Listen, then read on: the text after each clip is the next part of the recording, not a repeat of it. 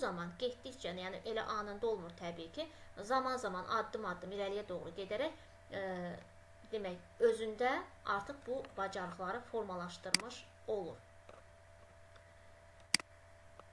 İndi baxaq kitaba. Deyək ki, bir təbii, həyati nümunənin üzərində dedik. İndi kitaba baxaq. Özünü monitorinq, özünü tənzimləmə, özünü qiymətləndirmə metakognitiv bacarıqlar olub bir-biri ilə əlaqəli, lakin fərqli anlayışlardır. İnsanın özünün idrak prosesindən agah olması və dərk etməsidir. Bayaqlarda sizlərin vurğuladığı kimi artıq bunu metakognitiv biliklərdə bu məqama toxunmuşduq, bilirdik bu nədir. Özünü monitorinq nədir? Elə gəlin adından götürək və təxmini fikirlər bildirmənizi istəyəcəm. Bax, monitorinq nə idi? Biz dəfələrlə monitorinq haqqında azdan çoxdan mən vurğulamışam izahlarımda. Özünü monitorinq etmək. Neynəyəcək? İşlərin gedişinə baxmaq, yəni geriləmək, qiymətləndirmə. Ay, sağ ol. Qiymətləndirmə deməyək. Qiymətləndirmə başqadır, monitorinq başqa. Misal üçün, qiymətləndirmə konkret baxırsan, meyarlar falan əsasına qiymətləndirməni aparırsan.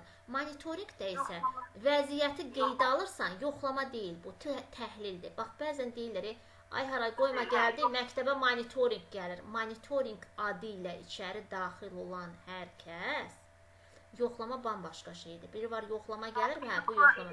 Bir söz nə mənə demək, mən deyirəm, hər hansı bir işi yoxlamadan, yəni onunla tanış olmadan necə təhlil eləmək olur? Yəni, yoxlama kimisə danlaya bilər, kiməsə töhmət verə bilər, kimisə mənfilərini üzünə deyə bilər. Monitorinqdə isə bu məqam yoxdur. Yəni, monitorinqdirsə, monitorinq gəlib təhlillərə aparıb, o mənfi halın nədən qaynaqlandığını, kökünü qazıyıb üzə çıxarmalıdır, sonra yardım təkliflərində olmalıdır. Monitorinq edən şəxs, aydındırmı? Baltalayıb getməməlidir. Bizdə bu anlayışı düzgün anlamadıqlarına görə, hətta bəzən direktorlar belə çox pis vəziyyətdə qalır. Az qalırlar ki, qaçıb gizlənələr, ya nə bilim, neyniyələr, oturub ağlayalar ki, ay monitorinq gəldi. Amma qaydaları bilən, qanunları bilən, monitorinq adı ilə içəri girən şəxs, yəni monitorinqin nə olduğunu bilən şəxs dip-dik dayanacaqdır həmin gələnlərin qarşısında ki, nə gözəl, xoş gəlmişsiniz, keçin yuxarı başa və bizim üçün nə xoşdur ki, sizlər gəlmişsiniz və bizim problemlərin demək, o kökünü araşdırıb üzə çıxardıb həlli yollarını təklif edəcəksiniz bizə. Aydındır mı? Bu monitorinqdə artıq. Bax, özünü monitorinqdə uşağın özünü təhlil etməsidir. Məsələn, tutalım ki, uşağa hər hansısa bir tapşırıq vermişsiniz. Təbii ki, məzmunla bağlı, mövzunuzla bağlı, sizin orada görəcəyiniz işlərlə bağlı, yəni şagirddə hansı biliyi, hansı fəaliyyət formalaşdırmaq istəyirsə onunla bağlı. Demək, özünü monitorinq tapşırıq zamanı insanın hərəkətlərini, davranışını və idraki proseslərini müşahidə etmək və izləməkdən ibarətdir. Baxın, burada da şagird nə etdi monitorinq məsələsində olduğu kimi? Özü-özünü müşahidə edir. Mən nə edirəm? Neyniyirəm? Özü-özünü izləyir, yəni özü-özünü davamlı izləmədə saxlayır. Burada şagird özünü nəzarətdə saxlamağa cəhd etmir. Öz fəaliyyətini mühakimə etmir, dəyərləndirmir. Sadəcə özünü müşahidə edərək performansı haqqında məlumat toplayır. Hansı ki, biz dedik ya, monitorinqlər nə üçündür? Monitorinq hər zaman informasiyaları toplayır. İnformasiyanı topladıqdan sonra o şagird biləcək ki, onun boşluğu hardadır. Aydındır mı? Burada da özünü monitorinqdə şagird əsasən özü haqqında özünü müşahidə edərək informasiyaları, məlumatları toplayır. Görürsünüz, burada dəyərləndirmə yoxdur. Görürsünüz, deyir, mühakimə etmir, dəyərləndirmir. Yəni, nə günahlandırmır, nə dəyərləndirmir. Bax, bayaq dediyim o məktəblərə deyirsiniz, ay monitorinq gəldi yoxlama, monitorinq yoxlama deyil. Kimsə o adlı gəlib, kimisə baltalayırsa, yəni onların özünün, belə deyək, o gəlişlərinin məqsədlərindən sui-istifadə etmələrinə görə hətta cinayət işi belə açıla bilər. Yenə deyim də, biz haqqımızı, hüququmuzu və bəzi sözlərin, bəzi terminlərin mənasını bilmədiyimizə görə, istifadə yerini bilmədiyimizə görə başımız ağrıyır. Amma daha dərindən biləndə artıq bilirik ki, burada bizim hüququmuz nədir, burada vəzifəmiz nədir. Əsas komponentləri özünü monitorinqin nədir? Təbii ki, bayaq da qeyd etdiyimiz ki, müşahidə. Müşahidə etmədən biz mənfi müsbəti görə bilmərik. Məsələn, tutalım ki, monitorinq gəlib, oturur məktəbdə dərsləri dinləyir. Və yaxud da gəldi gündəlikləri, jurnallara baxır, təhlillər aparır. Səhvlər hardadır? Səhvləri tapıb, düzdür, səhvsiz iş olmayacaq. İş gedən yerdə mütləq səhv olmalıdır. Səhv yoxdursa, demək orada iş getmir. Və səhvlər aşkarlandı, qeydlər götürüldüsə, o qeydlərin təhlilini aparıb onun qaynağını tapmaq lazımdır. Məsələn, tutan ki, jurnallarda hər hansısa bir hissədə eyni məqamda bütün müəllimlər səhvə yol veribsə, demək bu hardan qaynaqlanır? Bunları kimsə rəhbərlik qabaqlarına qoyub, deyək ki, jurnalın necə yazılması ilə bağlı müəyyən təlimatlar veribdir. Demək, o təlimatı verən şəxsdədir qaynaq. İndi gedib təlimatı verən şəxsi tapmaq lazımdır. Sonra onu düzgün təlimatlandırmaq. Yoxsa sən niyə təlimatı səhv veribsən, böyük bir töhmət verim, nə bilim, dünya aləmi qatın bir-birinə. Bu monitorinqin vəzifəsi deyil. Bu monitorinq deyil. Monitorinqin vəzifəsi işləri zəifdən yaxşıya, güclüyə doğru aparmaqdır. Burada da şagird özünü müşahidə edir və özü haqqında informasiyalar toplayır. Hətta qeydlər də götürə bilər. İkinci komponenti nədir bunun? Agah olmaq. Yəni artıq məlumat topladısa, öz vəziyyətindən artıq agah olacaqdır. Və biləcəkdir ki, mən nəyi bilirəm, nəyi bilmirəm. Çünki mən nəyi bilib, nəyi bilmədiyimi təhlilini aparmasam, mən irəliyə doğru gedə bilmərəm. Rəyə gəldikdə, rəy müəllim tərəfindən də şagirdə verilə bilər, şagird yoldaşı tərəfindən də rəy verilə bilər, onun fəaliyyəti ilə bağlı, onun demək, gördüyü işlərlə bağlı, yəni nə bilim, yazdığı tapşırıq, verdiyi cavablarla bağlı. O zaman da həmin o rəylər şagirdin, belə deyək də, getdikcə özünü tənzimləməsinə aparacaq. Çünki bu hələ nə idi? Özünü monitorinqidir. Və bu rəylər verildikdə də şagird biraz da dəqiqləşir. Həm özünün çıxardığı rəylər, özünün topladıqları məlumatlar, həmçinin sinif yoldaşları, müəlliminin onun haqqında, onun gördüyü işlər haqqında verdiyi rəylər. İndi gəlin nümunəyə baxaq. Deməli, oxu tapşırığı zamanı özünü monitorinq edən şagird dəqiqədə neçə söz oxuduğuna diqqət yetirər. Çətin sözləri qeyd edə, onların başa düşülməsi üçün üzərində düşünə bilər. Həmçinin yoldaşından fəaliyyətlə bağlı rəy ala bilər. Bax, sizə də situasiya xarakterli suallar düşsə bu tipdə. Əgər görsəniz ki, orada situasiyada, misal üçün deyə bilər ki, bu özünü monitorinqdə, özünü tənzimləmədimi, yoxsa özünü qiymətləndirmədimi? Əgər görsəniz ki, orada məzmunun içərisində, orada deməyəcək özünü monitorinq edən şagird. Deyəcək, oxu tapşırığı zamanı şagird dəqiqədə neçə söz oxuduğuna diqqət yetirər. Diqqət yetirirsə nə edir? Diqqət yetirmək nə deməkdir? Sizcə? Diqqət yetirmək. Müəllimdə özünü müşahidə edir. Ay, sağ ol. İndi bax, burada altından xətt çəkin, başında özünüz karandaşla və s. yazın, müşahidə edir. Çətin sözləri qeyd edir. Nə edir? Qeydlər aparır. Düzdür, qeydlər aparır. Onların başa düşülməsi üçün üzərində düşünür, düşünə bilir. Həmçinin yoldaşların fəaliyyətlə bağlı rəy alır. Bax, rəy aldı, üzərində düşünəcək, üzərində düşündü. Yəni artıq burada üzərində necə düşünə bilər? Birinci, mən artıq belə deyək də, diqqət yetirib özümü müşahidə etdimsə, qeydlərimi götürmüşəmsə, öz vəziyyətindən halı olacam. Düzdür? Bax, burada da nə var idi? Agah olmaq. Və verilən rəylər. İndi gərək özünü tənzimləməyə. Təbii ki, buradan o yana yavaş-yavaş artıq özünü tənzimləməyə gedəcəkdir. Özünü tənzimləmə insanın məqsədə çatmaq üçün idrakını, emosional vəziyyətini və davranışını nəzarətdə saxlamağı və idarə etməsidir. İndi gəlin bir də fərqinə varaq bunların.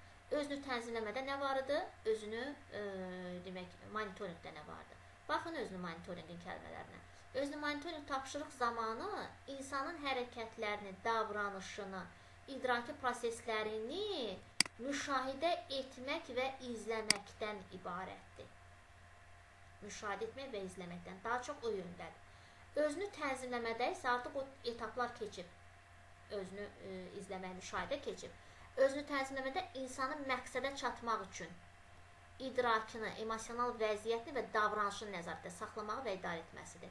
Demək, məqsədə çatmaq üçün nəyi, idrakı, emosional vəziyyəti və davranışını nəzarətdə saxlamaqdır. Niyə? Çünki birincidə özünü monitorinqdə uşaq öz səhvlərini müşahidə edirdi, öz səhvlərini aşkar edirdi və bu haqda rəylər alırdı, öz qeydlərini götürürdü. Hansı hissədə gücü, hansı tərəfdə zəif olduğu tərəflərini bilirdi. Bunu bildikdən sonra artıq keçid gedir özünü tənzimləməyə. Burada özünü tənzimləmə deyilsə nə nəzərdə tutulur? Məsələn, tutan ki, uşaq ola bilsin ki, testləri işləyir, amma haradasa gəlib qarşısına bir, deyək ki, 25 dənə test vermişsiniz, onun 20 dənəsini işləyibdir, içərisində bir 5 dənə çətin var. Gedir, gəlir üzərində düşünür. Əgər bu özünü monitorinqdə olsaydı, elə bura keçid etməsəydi, belə deyək də, o biraz emosionallığa qapınacaqdı. Yəni, ola bilsin ağlayardı, ola bilsin küsərdi, ola bilsin hər şeyə boş verib dəftər kitabı örtüb kənara tullayardı ki, yox, mən bacarmıram, artıq yoruldum, artıq bezdim. Belə var da, belə uşaqlar, düzdür. Bəzən bizim özümüz də hər hansısa bir prosesdən bu şəkildə yorula bilirik, bezə bilirik. Elə deyək ki, götürək sizlərin bu kurikulumda məşğul olmanız və bəzən bilirəm, əminəm ki, sizlərdə də belə hallar baş verir ki, testləri müəyyən qədər işlədikdən sonra bəzən elə yerə gəlib bir şey gəşib. Yox, bunun cavabı axı niyə bu deyil, budur və yaxud da niyə mən bunu bilmirəm, axı bu niyə mən də düzgün çıxmadı və s. Özünüz davamlı özünüzə belə suallar verirsiniz, çox böyük ehtimal. Burada isə artıq özünü tənzimləmə mərhələsinə keçən şagird öz hisslərini, emosiyalarını tənzimləyə bilir. Yorulmur, usanmır. Ola bilsin dəftərini, kitabını 5-10 dəqiqəlik örtdü və yaxud bir gün baxmadı, örtdü, qoydu kənara, amma sabah mütləq şəkildə və özünü aşılayır. Yəni, təslim olmur. Aydındırmı? Yəni, təkrar bunun üzərinə qayıda bilir. Bu deməkdir ki, o artıq öz emosional vəziyyətini, davranışını nəzarətdə saxlaya bilir. Yəni, hisslərinə tabe olub hər şeydən vaz keçmir. Belə olduğu halda... Düşüncə tərzidir bu. Bəli. Və belə olduğu halda təbii ki, o zaman şagird irəli gedəcək. Və özünü tənzimləmənin əsas komponentləri hansılardır? Məqsədin müəyyən edilməsi, planlaşdırma, emosional tənzimləmə və uyğunlaşma. Burada da az öncə danışdıqlarından danışılır, yəni qeyri-adi belə bir fərqli bir şey danışmır. Gəlin sadəcə nümunəyə baxaq, buradakı nümunəyə. Özünü tənzimləyə bilən şagird oxu tapşırığında təkcə özünü monitorinq etmir. Baxın, bayaqlar nə idi? Deyir, oxu tapşırıq zamanı özünü monitorinq edən şagird dəqiqədə neçə söz oxuduğuna diqqət yetirir, qeyd götürür və rəyləri götürür. Və başa düşməsi üçün üzərində düşünür. Burada isə özünü monitorinq etmir, artıq edib, o hissəni keçib. Həm də qavramağı təkmilləşdirmək üçün qarşısına artıq burada nə var? Məqsədlər var. Məqsədlər qoyur. Və bu məqsədə çatmaq üçün xüsusi oxu strategiyalarından istifadə etməklə, yəni özünə xas. Deyək ki, biz müəllim olaraq ona demirik ki, abala bax, sən bu texnikadan istifadə etsən daha yaxşı olur. Düz deyək, təkliflər edə bilərik, misal üçün, müəyyən oxu texnikaları və s. uşağa təklif edə bilərik. Amma uşaq ondan istəsə istifadə edər, istəsə istifadə etməz və yaxud da konveyerli şəkildə özünün də strategiyasını ona qataraqdan yeni bir strategiya yanaşma ilə yəni bu oxunu normal şəkildə yerinə yetirə bilər. Yəni öz-özünü təkmilləşdirə bilər oxu ilə bağlı və yaxud digər mövzu, fərqi yoxdur. Oxu olmasın, laborator təcrübə olsun, kimyəvi, fiziki, bioloji məsələlərinin həlli olsun və yaxud da proqramlaşdırma ilə bağlı olan tapşırıqlar olsun. Sonra nə bilim, fərqi yoxdur, yəni nə olur olsun, verdiyiniz tapşırıq ixtisasınızdan asılı olaraq. Burada qarşısına məqsəd qoyur və məqsədə çatmaq üçün nə edəcəkdir? Burada özü üçün bir plan quracaq. Yəni, özünün tərtib etdiyi plan. Həm demək, özü üçün strategiya müəyyən edir. Məqsədinə çatmaq üçün hansı strategiyadan istifadə edə bilərəm. Həm planını qurur, həm də bayaq qeyd etdiyimiz kimi emosionallığını tənzimləməyə bacarır. Yəni, özü-özünü ələ ala bilir. Məsələn, sadə bir misal deyim də. Düşünün ki, sizin şagirdlərinizdən biri həm məktəbə gedir, həm də hazırlıqlara getməlidir və bunu çatdıra bilmir də, belə deyək. Məktəbə gedəndə hazırlığı qalır, hazırlığa gedəndə məktəbə qalır. İkisini bir arada çatdırmalıdır. Çünki dövlət tələbidir, şagird hər zaman məktəbdə olmalıdır, sinif rəhbərimiz üdanlanır, direktora töhmət yazılır və s. ki, məktəbə cəlb olunur uşaqlar. Amma reallıq da budur ki, istənilən halda məktəb nə qədər yaxşı təhsil versə də, yenə də valideyn və uşaq fərq etməz. Yenə də onlar özlərinə, belə deyək, daha güvənli olmaq üçün, ən yaxşı nəticəni əldə etmək üçün, yəni bir sözlə özlərini qaranti etmək üçün mütləq valideyn olaraq evladlarını hər hansısa bir hazırlığa qoyurlar.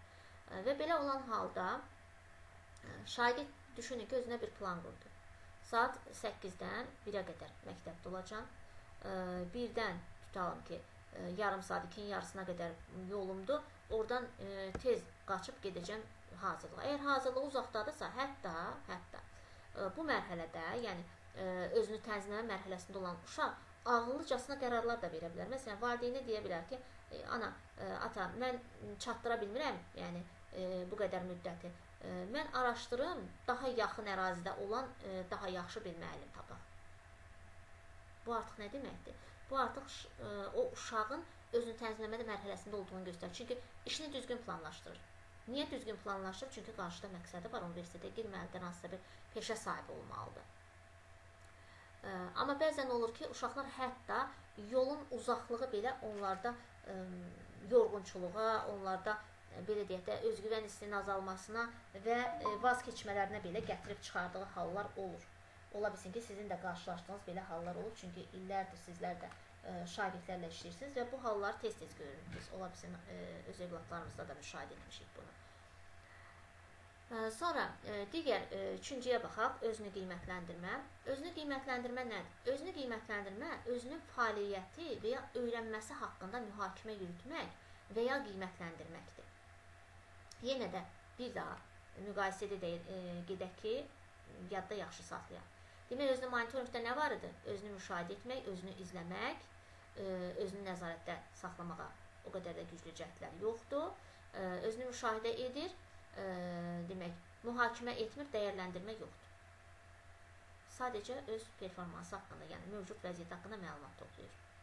Özünü müşahidə edir və mövcud vəziyyətlə bağlı məlumat toplayır. İkincidə nə idi? Özünü tənzimləmədə. Məqsədə çatmaq üçün plan qurur, sonra öz emosional vəziyyətini tənzimləyir. Yəni, qısa şəkildə mən dediyim kimi qeydlərinizdə götürə bilərsiniz. Özünü qiymətləndirmədə bəs nədir? Özünü qiymətləndirmə, özünün fəaliyyəti və ya öyrənməsi haqqında mühakimə yürütmək və ya qiymətləndirməkdir. Görürsünüz, bayaq birinci mərhələdə nə qiymətləndirmə var idi, nə özünü tənzimləmədə qiymətləndirmə yox idi. Amma özünü qiymətləndirmədə, demək, qiymətləndirmə mövcuddur. Yəni, mənim özü haqqında mühakimə edilir. Mən hansı səviyyədəyəm, haradayam, necəyəm, nə etməliyim və s. Daha da dərindən yanaşır məqsədə çatmaq üçün burada da. Əsas komponentlərdə qiymətləndirmə və refleksiyadır. Demək, şagird işinin və ya... Bəli. Burada ancaq artıq birbaşa qiymətləndirməyə yönəlir. Çünki bilirik ki, indi irəlidə də keçəndə görəcəksiniz qiymətləndirmə mövzusunu, refleksiya da qiymətləndirmənin içərisindədir. Və qiymətləndirmə işinin və ya öyrənmənin keyfiyyəti haqqında mühakimə yürüdür. Baxın, artıq öyrənmənin keyfiyyəti haqqında mühakimə yürüdür. Fəaliyyətinin keyfiyyəti haqqında etibarlı meyarlar əsasında, baxın, sizdə orada özünüz də görəcəksiniz, situativ testlərdə əgər meyarlardan danışırsa, meyar varsa işin içərisində. Deməli, biz bunu nəyə uyğun götürməliyik? Qiymətləndirmə. Müşahidə və rəy varsa nəyə uyğun götürürük? Müşahidə və rəy varsa. Monitoring. Özünü monitoring. Hisslərə, emosiyalara nəzarət, məqsədə çatmaq üçün planların qurulması varsa nəyə uyğunlaşdırırıq? Tənzimləmə. Ay, sağ olun. Demək, qiymətləndirmə varsa, refleksiya varsa, meyarlardan söhbət gedirsə, eyni zamanda rasional düşünmədən söhbət gedirsə, bilin ki, söhbət burada özünü qiymətləndirmədən gedir. Demək, meyarlar əsasına fikir yürüdərkən şagirdin mühakimə bacarığı inkişaf edir. Nəticədə şagird öz işini də nə edir? Qiymətləndirmiş olur. Refleksiyaya gəldikdə, şagird nə öyrəndiyi və necə öyrəndiyi, həmçinin nələr təkmilləşməli olduğu haqqında tənqidi düşünür. Şagird davamlı olaraq öz fəaliyyətinin müxtəlif aspektləri haqqında refleksiya edəndə, yəni, baxın, rasional sizin üçün yenə də açar söz ola bilər, rasional şəkildə düşünəndə. Biri var emosional düşünmə, biri var rasional. Biz indi düşüncə tərzləri və s. keçəndə nəzəriyyələrdə də bu məqama toxunacaq. Emosional odur ki, hisslərə görə, hisslər daha önə keçir, artıq biz ağıllı şəkildə şuurlu düşünə bilmirik, hisslərimizə görə davranırıq. Bir də var rasional yəni məntiqi şəkildə, sırf təfəkkürə uyğun, yəni ağılla, başla düşünmədən söhbət gedir. Bəzən biz, belə deyək də, nələri müşahidə edirik, Allah uzaq eləsin, televiziyada və s. də görürsünüz, danışdırırlar cinayət işi törədənləri, deyir ki, sonradan peşmançılıq hissi duyur, deyir, nə bilim, bir anlıq hisslərimə qapıldım və bu cinayəti işlətdim. Çox görmüşük də, çox müşahidə etmişik, düzdürmü?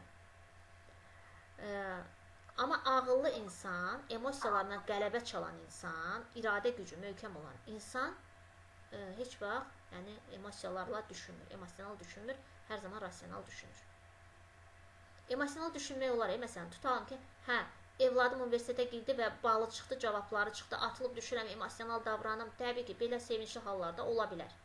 Amma o kritik hallar ki var, bunun sonunda dəhşətli bir faciə ilə rastlaşa bilərik. O zaman da rasional düşünmək lazımdır. Əslində o emosional atılıb düşmə məsələsinin də yenə də kökündə rasionallıq var ki, o sevincini ağıllı şəkildə ifadə edir. Yəni ayrı vaxt niyə yolun ortasında atılıb düşmür, qışqırmır, sevincindən nə bilim qürlamır. Demək bu insanın rasional düşüncəsi. Hal var deyirlər. O niyə onu necə sübuta yetirirlər? Necə? Anlatsız mı? Nəsə bir şey var. Ağlayır. Hə, yəni anlamsız. Bu cinayəti törədərkən anlamsız olub filan məsələsi. O da hisslərdir də, emosiyalardır da. Əgər fərqi yoxdur, ağlı başındadırsa, yəni onun dəliliyi təsdiq olunmayıbsa, cinayət işlədən odur da, zəhmət çəkib istənilən emosiyalarını yəli eləyərdi. Yəni, bax, məktəbin də əsas məqsədlərindən biri, bu, biz fəaliyyətləri də keçəndə yadınızdadır mı? Emosional, idraki, emosional, affektiv və psixomotor fəaliyyətlər keçdik. Bax, burada da niyə həmişə, demək, Benjamin Bloom da vurğuluyurdu hələ 1950-ci ildən ki, bunların hər üçü paralel şəkildə, yəni nəzərə alınmalıdır məktəb həyatında, məktəb mühitində. Çünki biz ağıllı uşaq yetişdirə bilərik, amma emosionallığını biz doğru şəkildə tərbiyə etmədikdə, o uşaq o qədər, yəni, fənninizlə bağlı ağıl verin ki, o qədər onun elmi biliyi, yəni başından aşıb daşsın ki, əgər onda rasional düşüncə formalaşmayıbsa, o sinif mühitində, o da hər şey etməyə qadirdir. Aydın mı? Bax, ona görə də bu məqam mütləq şəkildə bütün məktəb kollektivi tərəfindən nəzarətdə saxlanmalıdır. Eyni zamanda da valideyn iclaslarında, valideynlərlə görüşlərdə də onları da maarifləndirmək, yəni bu haqda informasiya vermək vacibdir, mütləqdir. Çünki bunlar bizim hamısı gələcəyimizdir. Sabahları mən sevindim ki, yaxşı uşaq yetişdirmişəm, professor olub, alim olub, amma emosionallığı nəzərə almamışam. Emosional fəaliyyətini mən onun məktəb olaraq, müəllim olaraq gücləndirməmişim, bir daha eşitdim haqqında nə isə və yaxud da elə gəldi mənim kürəyimdən bəlkə vurdu. Bu da nədir? Bu da onu göstərir ki, yəni bizim hər birimiz bu cəmiyyətimiz, özümüz, evlatlarımız, yaxınlarımız, hamısı da bir sözlə öz millətimiz, öz xalqımızdır. Yəni bu mənfi hallar olmasın deyə bu məqamlara diqqət olunmalıdır.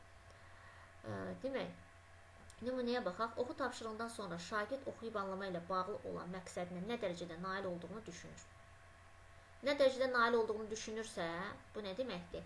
Yəni, mən nəyə çatmışam? Nəyə nail olmuşam? Bir də çönür geriyə baxır, addım-addım gəlir. Mən haradaydım, haradan hara gəlib çıxmışam? Bəli, bu artıq refleksiyadır. Hansı strategiyaların effektiv olduğunu nəzərə alır və təkmilləşdirməli sahələri müəyyənləşdirərək özünü qiymətləndirir. Ki, məsələn, mən bu sahədə 2-yəm, bu sahədə 3-əm, bu sahədə 5-əm.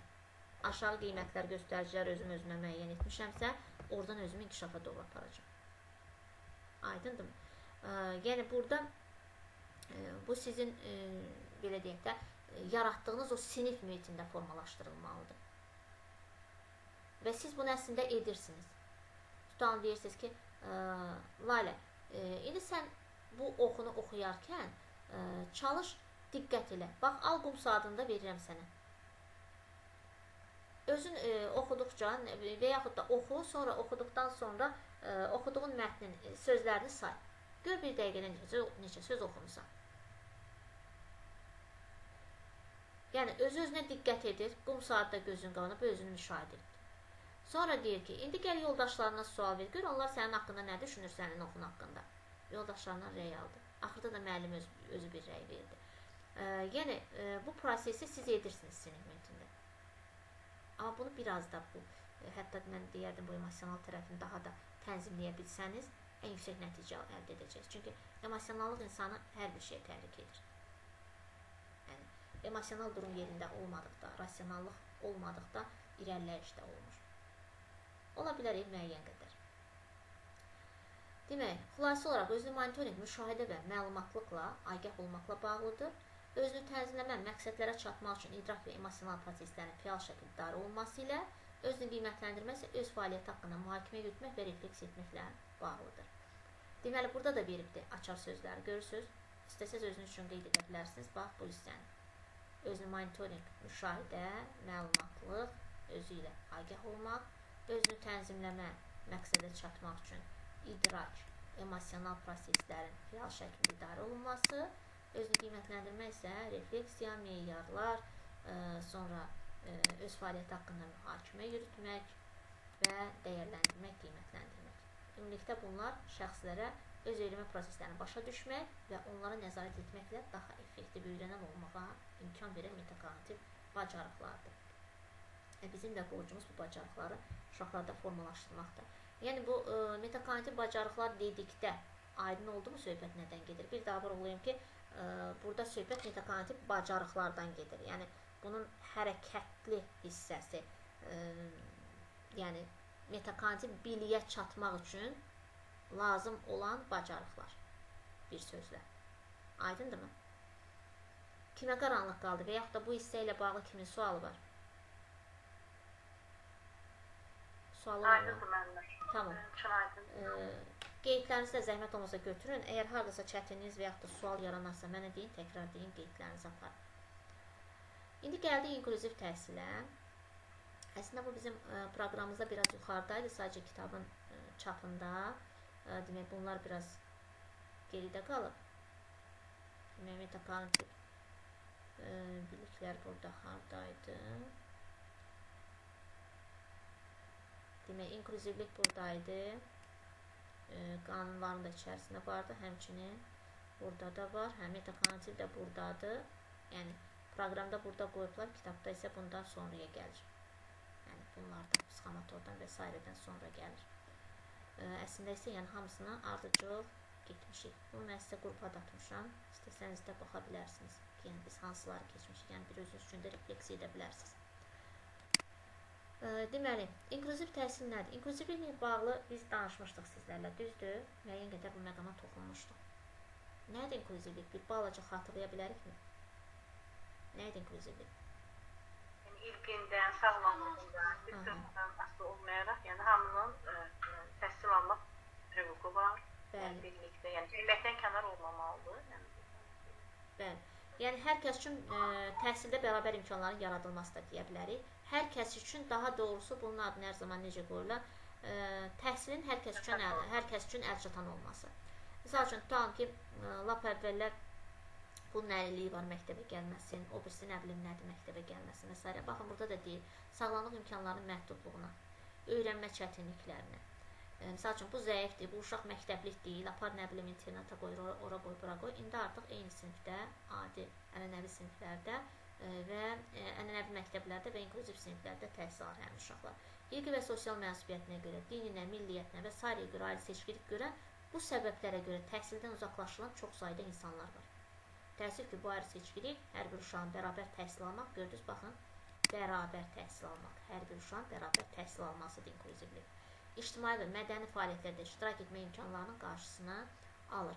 Ancaq bu vəziyyətin qarşısını almağa və hər bir uşaq üçün bərabər imkanlar yaratmağa yönəlmiş yanaşma nədir? İnklüziv təhsildir ki, artıq Respublikada da uzun illərdir ki, bu yanaşma davam edir, dəstəklənir və pilot məktəblərimiz də artıq neçə illərdir ki, artıq ikinci etapını da 138-dir, 152-dir, sonra 202-dir, 220 nömrəli məktəbdir. Bir 6 məktəbdir ki, bunlar daha əvvəldən Respublika üzrə cəlb olunan məktəblər arasındadır ki, orada artıq ikinci mərhələndə onlar buraxıblar. Yəni, 1-dən 4-ə bir dəfə keçib, ikinci 1-dən 4 olanda artıq sinif müəllimləri yuxarı sinifə adladı, həmin inklüziv sinifləri. İnklüziya nədir? Bütün vətəndaşların ilk növbədə sağlamlıq imkanları məhdud olan insanların cəmiyyətə adaptasiyasını, digər insanlar kimi onların da cəmiyyətin bərabər hüquqlu bir fərdinə çevrilməsini təmin edən prosesdir. Yəni, hər kəs üçün bərabərlik, hər kəs üçün əlçatanlıq. Yəni, hərfi mənada tərcümə etsək, inklüziyon daxil etmə. Yəni, bu uşaq kənarda qalmamalıdır. Ola bilsin əlilliyi var, ola bilsin ki, əqli əlilliyi var, ola bilsin tiflopedaqogika ilə bağlı, yəni görmə, eşitmə, danışma və s. çətinliklər çox ola bilər. Autizm ola bilər, Down ola bilər, fərqi yoxdur. Nə olur olsun, istənilən halda bütün şagirdlərin təhsilə də ehtiyacı var, bütün şagirdlərin diqqətə qayğıya da ehtiyacı var. Heç nə olmayan şagirdin belə diqqətə qayğıya ehtiyacı yoxdur. Biraz diqqətdən kənardan qoyan kimi uşaq küsür, ağlayır, hətta dilinə doluyur ki, müəllimə heç mənim adımı çəkmirsiniz, heç mənə tapşırıq vermirsiniz, heç mənimlə ilgilənmirsiniz. Halbuki onun heç bir şeyi yoxdur, amma görürsünüz, onun da diqqətə qayğıya ehtiyacı var. Yəni, istənilən halda bütün sinifdə müəllim bütün uşaqlar üçün bərabər imkanlar yaratmalıdır və burada bəzən sual olunur ki, biz kurasiyamızda olan məktəblərə gedəndə də həmişə müəllimlərdən yeni suallar eşidirdik. Deyirlər ki, bax, bunlar siz də bilirsiniz, biz də bilirik ki, çox real gedə bilməzlər də. Bunlar heç məktəb bitirənə qədər, 9-cu sinifə qədər bəzən olur ki, 1-ci sinifin proqramını belə mənimsəməyənlər var. Bəli, bu reallıqdır, mənimsəməyən var.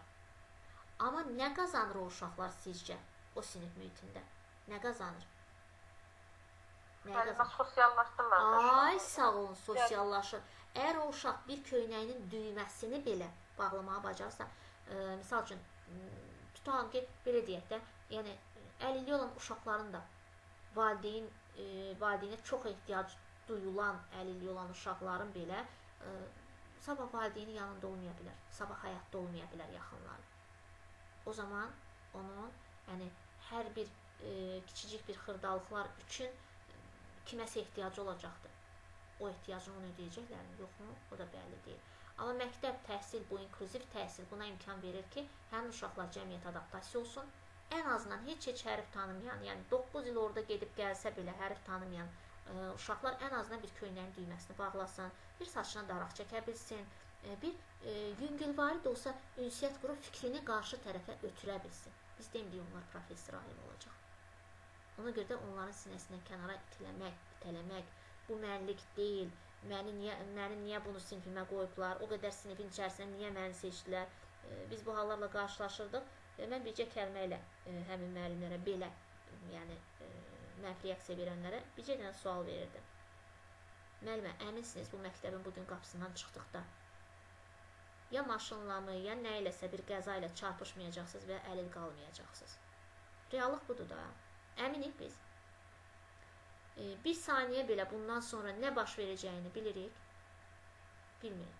Bəlkə də danışdığımız yerdə zəlzələ ola bildi, tufan oldu, sel oldu, gəldi bizi götürdü, apardı, panel başımıza düşdü. Hər şey ola bilər, biz də əlil ola bilərik. Onu olmadan öncə empatiya ilə yanaşmaq lazımdır ki, bu mənim də evladım ola bilər. Evladım bugün sağ-salamatdır, sabah onun da müəyyən bir əlilliyi ola bilər. Düzdürmü? Ona görə də yəni cəmiyyətin hər bir üzvünə həm anlayışla, həmçinin bu cür inklüzivliyi hər birimiz dəstəkləməklə, yəni cəmiyyəti irəli apara bilərik. Qarşımızda olan hər o şəkildə olan uşağı özümüzün evladımız, yəni öz yaxınımız kimi görməsək, bu inklüzivlik inkişaf etməyəcək. Yəni bizim o təfəkkürümüzdə o qalmayacaq. Burada da demək, ondan gedir söhbət, yəni inklüziv təhsil nə deməkdir? Düşünürəm, bu haqda müəyyən qədər informasiyanız oldu. İnklüziv təhsilin əsasında aşağıdakı istiqamətləri əsas götürən ideologiya durur. Bütün insanlara eyni münasibət təmin edərək hər cür diskriminasiyadan uzaq durmaq. Gördünüz? Yenə eyni münasibət təmin edərək. Bax, bayaq dediyim, sadaladığım diskriminasiyalar ki vardı. Biri deyir, bu xəstə uşağı mənə niyə gətiriblər, o birisi deyir, vay birdən vurar böyründəkinin gözünü partladar, vay birdən filan şeydə. Yəni, belə deyək də, kimsə gözünü vurub partladacaqsa, adi, heç bir əlilliyi olmayan uşaq belə. Olmur ki, bir-birinin başını yarır məktəbdə. Rastlaşmamışıq. Bir-birinin köynəyini cırır, kitabını cırır, atır yerə, yıxır ayağının altına döyür. O uşaqlar bəs necə olur? Deməli, söhbət burada əlilliyi olub-olmamaqdan getmir. Gördüyümüz kimi, yəni bütün proseslər bütün uşaqlarda baş verə bilər. Bütün mənfi və müsbətlər hər kəsdə ola bilər. Əsas məsələ odur ki, yəni biz inklüzivliyin nə olduğunu anlayaq və bilək ki, bu bizim üçün, cəmiyyətimiz üçün vacibdir, onlar da cəmiyyət adaptasiyadır. Sabah xoşumuza gələrmi ki, biz həmin o insanları cırıq, paltarda, ac, yalavac, küçələrdə, kirin pasağın içərisində. Axı biz bu cəmiyyətə tək yürümürük. Bizimlə bərabər dost və düşmən, nə bilirik gələn turistlərdən hansı dostdur, hansı düşmən. Doğrudurmu? Bilmirik axı konkret bizə olan, millətimizə, dövlətimizə olan münasibətlər nədir? Niyə gedib orada danışsınlar ki, bunların cəmiyyəti inklüzivlikdən uzaqdır, bunların cəmiyyətində bu var, o var və s. Qoy bizim cəmiyyətimiz ən gözəl, ən səliqəlisi olsun. Hər yerdə fəxrlə, qürurla, mən Azərbaycanlıyam deyək. Xüsusi təlim ehtiyacları olan uşaqlar üçün ümumi təhsil müəssisələrində şərait yaratmaq. Onun da haqqında biz danışdıq sizinlə. Demək, inklüziv təhsilin prinsipləri hansılardır? İnsanın dəyəri onun qabiliyyət və nailiyyətlərindən asılı deyildir. Yəni, canlıdırsa, hər kəs üçün dəyərlidir. Məsələn, tutalım ki, belə götürək, deyər biz bir küçədə yürüyən bir pişik balası, hər hansısa bir heyvanın, nə bileyim, adi bir sərçənin belə yumurtadan düşən bir balası bəzən görsən yerdə indi yaz qabağıdır, bu saat indi töküləcək hər yerə. Baxırsan, deyirsən, vay, indicə pişik gəlib bu sərçənin balasını aparacaqdır. Ay, yazıq, bunu necə edək, neyini? Bir sərçənin balasına necə acıyırıqsa, insan, belə deyək də, insan dilə dəyərli varlıqdır. O da canlıdır.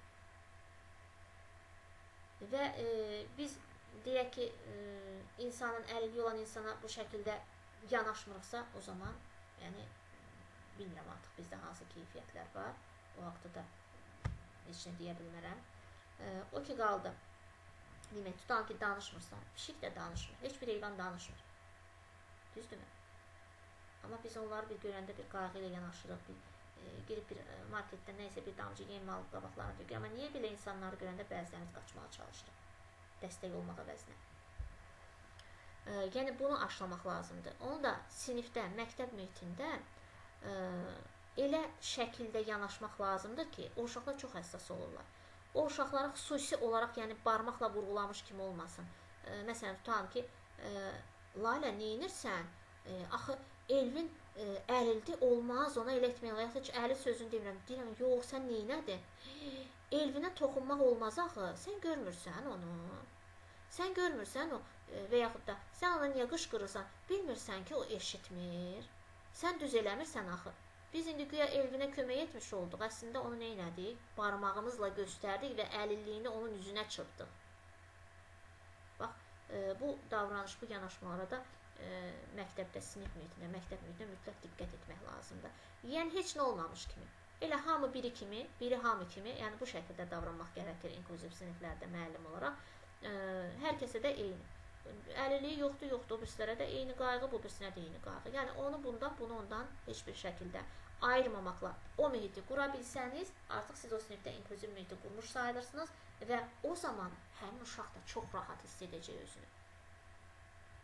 Hədəflənməyəcək artıq. O metroda, avtobusda görürlər, hamı gözünü zilləyir o uşağa, o uşağın yanında eləşən anasına. Bir də görsən belə başlarını yelləyirlər, bir də görsən bir-birinə pıçıldaşlar. Ay, yazıq, olmaz belə şey. Onlar xoşlanmırlar bundan. Heç xoşlanmırlar. Qəti şəkildə. Biz elə bil onların üzünə çırpırıq onların həssas nöqtələrini. Ona görə də bu məqamlara daha həssas, daha diqqətli olmalıyıq. Mühiti elə quracaq ki, heç nə olmamış kimi. Hər bir kəs hiss etmək və düşünmək qabiliyyətinə malikdir. Hər kəs ünsiyyət hüququna malikdir və o dinlənilməlidir. Bütün uşaqlar bir-birinə lazımdır. Həqiqi təhsil yalnız real münasibətlərin kontekstində də mövcud ola bilər. Bütün insanlara öz həmyaşıtlarının dəstək və dostluğu lazımdır. Bütün şagirdlərin, görürsünüz, hamısı bütün, hər kəsə. İnkişafı, onların bilik və bacarıqlarından asılıdır. İnsanların müxtəlifliyi həyatın bütün sahələrini inkişaf etdirir. Bax, bunlar nələrdir? Bunlar inklüziv təhsil prinsipləridir. Bu, tək bizdə deyil, UNESCO-da, ICESCO-da, ISESCO-da, BMT-də, UNICEF-də, yəni bu inklüzivliyi, belə deyək də, bütün dünya dəstəkləyir. Fərqi yoxdur, bu təhsil sistemi olsun, iş sahələri olsun və s. Bravo marketlər şəbəkəsinə girdikdə görmüsünüz siz o down olan uşaqlar, yəni orada daha çox işə alırlar. Onlar o taxçaları düzəldir bəziləri, baxır indi o dərəcəsinə görə də, yəni nəyə, hansı qabiliyyətləri yaxşıdır ora. Görürsünüz, orada salafan paketləri açıb müştərinin demək, aldığı əşyaları, ərzaqları və s. doldururlar torbalara, kassanın yanında dururlar bəzən. Və oradan əmək qalırlar. Görürsünüz, işə də cəlb olunurlar onlar. Bax, bu deməkdir ki, həmin müəssisədə inklüzivlik gözlənilir. Beynəlxalq müddəalar gözlənilir. Eyni zamanda da yerli tələblər. İnklüziv təhsil nə üçün vacibdir? Bunun artıq vacibliyini düşünürəm, birər hərf açıqlamağa ehtiyac yoxdur. Ona görə ümumi gedəcəm. Amma yenə də açıqlamaya ehtiyac varmı? İnklüziv təhsil nə üçün vacibdir? Mahiyyətini anlayırıqmı bunun nə üçün vacibdir? Bəli, başa düşdük. Yəni, sabahsı gün pisdə yetişdirsək o bizim cəmiyyətdə bizim yanımızda yürüyənlərdən biridir. Yaxşı da yetişdirsək. O da bizim evladımızdır, o da bizim cəmiyyət üzvüdür, o da bizim millətimizdən, bizim qanımızdan, bizim canımızdan. Fərqi yoxdur, başqa millətin də nümayəndəsi ola bilsin ki, Rusiyalıdır, burada yaşayır və uşağının əlilliyi var. Fərq etməz. Adəmdən yaranmışıq da hər birimiz insan evladıyıq. Hər birimiz tək olan Allaha sitayiş edirik və tək olan Allahı tanıyırıq. Eləcə də Rus da, Gürcü də, Özbək də, Tatar da, yəni bütün millətlər. Ona görə də yəni bu məqama diqqətli və həssas yanaşmaq tələb olur. Şagirdlərin özünə inamını yüksəldir. Amma bayaq dediyim tərzdə yanaşmağa hədəfləmək deyil. Heç nə olmamış kimi. Əliyə necə davranıram, vəliyə də o şəkildə. Əlinin əlilliyi var və əlinin heç nəyi yoxdur. Bərabər imkanlar yaradıram. Ona da, buna da. Nəyi bacaracaq, bacarmadığını bacarmayacaq. Bacarmadığı halda da, yəni çox belə emosionallıq göstərməsin, çətinliyə düşməsin, ona da öz səviyyəsinə uyğun müəyyən bir tapşırıqlar verəcək. Aydındırmı? Yəni bu şəkildə yanaşmaq lazımdır. Burada da tədqiqatlar göstərir ki, öyrənmə çətinliyi olan şagirdlərin özünə inamı öyrənmə çətinliyi olmayanlara nisbətən daha aşağıdır. Ona görə də diqqətli olmalı və bununla mübarizə aparmağa çalışmalıyıq. Ünsiyyət bacarıqlarını inkişaf etdirir. Bayaq bu haqda danışdıq biz. Yoldaşlarla ünsiyyət qurur, istənilən halda. Ola bilsin, nitq əlilliyi var, danışa bilmir, amma yenə də öz bacardığı tərzdə. Hətta mən nəyi müşahidə etdim? Demək, inklüziv siniflərdə biz olanda, müşahidələr, dərs dinləmələrə getdikdə, orada nitqi olmayan, yəni danışma əlilliyi olan şagird var idi bir sinifdə və təsəvvürə gətirin, 4-cü sinifdə uşaqların hər birisi işarə dili ilə danışmağa, hətta müəllim belə işarə dili danışmağa öyrənmişdi. Görün, bütöv bir sinif, bir dənə o uşağın sayısı, tək o uşağa sosial bacarıqlar qazandırmamışdılar. Həmçinin o uşaq tək özü, təsəvvürə gətirin, bu nə böyük uğurdur. Bir dənə uşaq, halbuki bəzilərimiz onun sinəsindən itəliyirik, sən bu sinifə uyğun deyilsən, layiq deyilsən və s. Bir tək uşaq, bir bütöv sinifi öyrətmişdi. Bu o deməkdir ki, o bütöv sinifdən çıxan, düşünün ki, hardasa gedən cəmiyyətin içərisində yürüyürsünüz, lap başqa bir ölkəyə getmişsiniz və nitq əlilliyi olan birisi sizə yaxınlaşıb, nəyisə deməyə çalışır, sizə deyil, başqalarına deyək ki, çətinliyi var və siz kənardan görüb yürüyürsünüz. Bax, o uşaqların hər birisi o yardıma qaçan uşaqlar olacaq gələcəkdə. Artıq onlar bilirlər o işarə dilini. Və onlar yaxınlaşıb ona dəstək olacaqlar, kömək olacaqlar. Görün, bunun özü nə böyük belə irəliləyişdir, nə böyük uğurdur. İstəmədən belə, bilmədən belə, özümüz hiss etmədən belə o bizi öyrədib. Bütöv bir cəmiyyəti maarifləndirib. Cəmaət gedir psixopedaqoqa, aliqofren pedaqoqa, nə bilim, logopediya və s. Universitetlər oxuyanda 4-cü sinif uşaqları işarət dilləri ilə danışırdılar. Məncə çox böyük uğurdur bu. Bunlardan əlavə, inklüzivliyin aşağıdakı vacib faydaları da var. Bütün uşaqlar öz icmalarının bir hissəsi ola bilirlər və aid olma hissini inkişaf etdirirlər.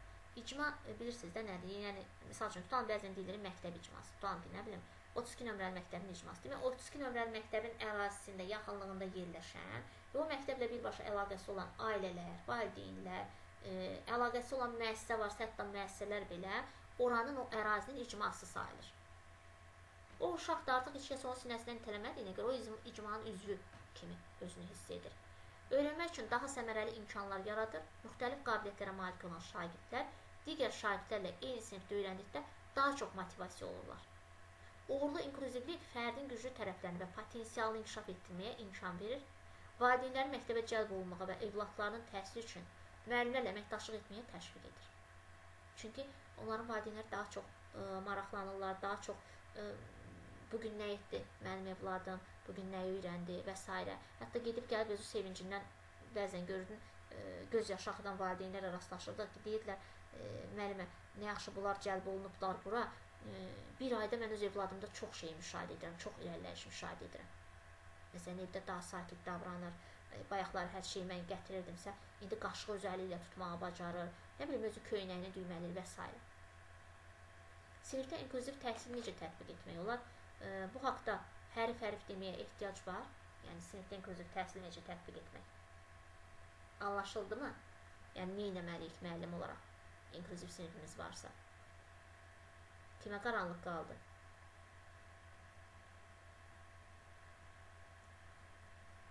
Qaranlıq qaldı. Susmaq razılıq əlaməti kimi götürsək, təkrar izah edin bu istəni. Yəni, sinifdə nə edəcəyimizi bilirik, necə davranacağımızı, necə münasibət göstərəcəyimizi, yoxsa bilmiyorum. Mən aydın oldum. Kiməsə aydın olmadısa, desin zəhmət olmasa. Mənimə aydındır, narahat olmayın. Tamam. Demək, öyrənmək üçün universal dizayn. Öyrənmək üçün universal dizaynda nə var? Cəlb etmə, təqdimat və fəaliyyət. Cəlb etmədə nə var? Nə üçün öyrənirik? Təqdimatda nəyi öyrənirik? Fəaliyyətdə də necə öyrənirik? Və bu universal dizayn, yəni bu da beynəlxalq yanaşmadır, inklüzivlə beynəlxalq yanaşmadır və inklüzivlə bağlı olan bütün vəsaitlərdə, bütün kitablarda və s. Bu universal dizayn məsələsi mövcuddur. Yəni, universal sözünü bilirik də nədir?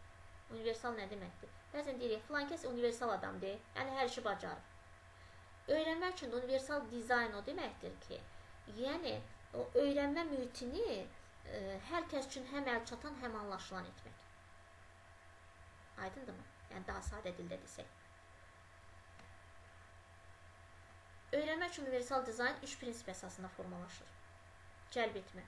Nə üçün öyrənirik? Hər 3 prinsip beynimizin neyrokognitiv şəbəkəsinin fəaliyyətinə əsaslanır. Bir növ belə deyək də, biz nə üçün öyrəndiyimizin mütləq özümüzə zaman-zaman sual veririk və yaxud verməsək belə fərqindəyik də bunun. Məsələn, deyək ki, siz bugün buradasınız və kurikulumu öyrənirsiniz. Nə üçün öyrənirsiniz? Nə üçün öyrənirsiniz? Siz, ola bilsin, ilk başlanğıcda bunu öyrənirdiniz, miqdən və sertifikasiyadan keçmək üçün. Düzdürmü? Bəs indi nə düşünürsünüz? Bir dəyişiklik varmı düşüncənizdə, bu kurikuluma yanaşmanızda? Kimdəsə yanaşmada Bəli, müəllimə. Müəllimə, mən əvvəl elə indi də imtahan üçün 2 dəfə də kurikuluma qatılıram. Əslində 1-2 dəfə qatıldım, gördüm heç nə anlamıram. Nəsə çıxdım qrupdan, nəsə belə də alınmadı. Bizim Özüm də belə qrupda, başqa mənim qrupumda. Necə? Mənim qrupuma qatılmışdınız. Yox, başqa da qruplara. Bir dəfə də sizlə olmuşdum. Sizin diliniz çox sadə gəlmişdi mənə. İlləri çoxdan, illər öncə. O təzə öyrənmək istəyən vaxtı. Amma indi hal-hazırda öyrənəndə elə bir biraz həm başa düşürəm, bəlkə də candan yapışıram ki, imtahan var ona görə. Həm də ki, bilirsiniz, elə bir ki, insan öz hüquqlarını bilir. Bax, onu öyrəndim mən ki, deyirəm, bu kurikulum nə yaxşı şeymiş ki, insan öz hüquqlarını öyrənir bir növ. Buradakı mən nə eləyə bilərəm, nə eləyə bilmərəm, nə müdiriyyətə qarşı nə eləyə bilər mənə, mən uşağa qarşı valideyn nədir, bunları da öyrənirsən. Həm də ki, maariflənirsən də, doğrudan yaxşı bir şeymiş məncə. Bəli, bu sizin öz fəaliyyətinizdir. Sadəcə fəaliyyətinizin fərqinə varmaqdan gedir burada söhbət. Mən sizə heç nə öyrətmirəm. Bu sizdə hamınızda var. Sadəcə siz dərindən öz, belə deyək də, təhlil etməmisiniz öz fəaliyyətinizi. Təhlil etsəydiniz, siz də bunları müşahidə edərsiniz. Mən dediklərim heç də belə göydən düşmə bir şeylər deyil. Yəni sizin hər gün, hər an sinif mühitində etdiyinizdir, həyatda etdiklərinizdir. Hətta kurikulumu dərindən bilən insanın kim nə deyir desin, mən bunu dəfələrlə öz şəxsi təcrübəmdə də müşahidə etmişəm, yaxınlarımda da müşahidə etmişəm, çünki qohum qardaş da bizdə təlimlərimə çox qatılıblar. Hətta, bax, dediyimdə də indi baxacaqsınız, özünüz də zaman-zaman görəcəksiniz, həqiqət var. İnsanın öz evladlarına, insanın öz yaxınlarına, insanın öz ailəsinə belə münasibətini dəyişdirir. Kurikulumun mahiyyətini varan, fəlsəfəsini anlayan şəxs həyata belə fərqli baxışla baxır. Məsələn, tutalım ki, nəyisə biz çox ürəyimizə salırdıq, özümüzə dərd edirdik və s. və s. Artıq bunun, belə deyək də, kurikulumun o fəlsəfəsini dediyim kimi dərk edən insan artıq şuurlu şəkildə hər bir şeyin üzərində düşünür və nə üçün narahat olmağına dəyər və yaxud nə üçün narahat olmağına dəyməz məsələsini belə müəyyənləşdirir öz üçün. Həmçinin evladlarına qarşı biraz fərqli, misal üçün dərs oxumada, tapşırığın verilməsi, həll olunması və s. Uşaqlara sərtmi davranım, neyiniyim? Bəzən o həm valideyndə, həm də müəllimdə qoşulub qruplara və özləri etiraf edirlər ki, mən bugünə qədər öz evladlarıma çox sərt davranırdım, amma bu kurikulumdan sonra mən səhvlərimi özümdəki səhvimi valideyn olaraq, müəllim kimi demirəm, gördüm və fikrim, yanaşmam dəyişdi. Fikrim, yanaşmam dəyişəndən sonra həqiqətən də dediyiniz kimi uşaqda həddindən çox irəliləyiş oldu. Hətta demək, keçən il idi, ya ondan əvvəlki il idi, səhv etmirəmsə, bir nəfər müəllim ki, valla yadımda da qalmayıb ki, hansı qrupda necə olubdu. Zəng etdi ki, mənə bu sizin uğurunuzdur. Deyirəm, hansı uğur? Deyir, evladım universitetə girdi, özdə yüksək balına. Mən də məəttəl qaldım. Dedim, yəqin səhv salıbdı. Telefonda orada qeyd edib, qayda alıbdı ki, Aygün müəllimə. Yəqin bunun hazırlıq müəllimi də var, Aygün müəllimə. Mən dedim ki, mən kurikulum müəllimiyəm, şagird hazırlanmır da müəllim. Dedim, müəllimə siz məni tanımaz, bəs belə-belə. Yəni, həqiqətən bu bizim həyatımıza da təsir edir. Çünki birbaşa həyatın özüdür kurikulum. Kurikulum dərs deyil, kurikulum təlim deyil. Kurikulum birbaşa həyatın özüdür. Yəni, kurikulum insanı həyata hazırlayıb, həyata bağlayan bir yanaşmadır. Bir fəlsəfə deyil. Demək, burada da hər üç prinsip beynimizin neyrokognitiv şəbəkəsinin fəaliyyətini əsaslanır. Müxtəlif yollarla şagirdləri prosesə cəlb etmək beynimizdə nə üçün anlayışını aktivləşdirir.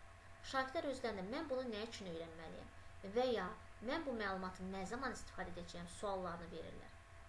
Şagirdləri öyrənmə prosesinə cəlb etməklə onların bu narahatlığına aydınlıq gətirmək və emosional affektiv sahə ilə əlaqə qurmaq olar.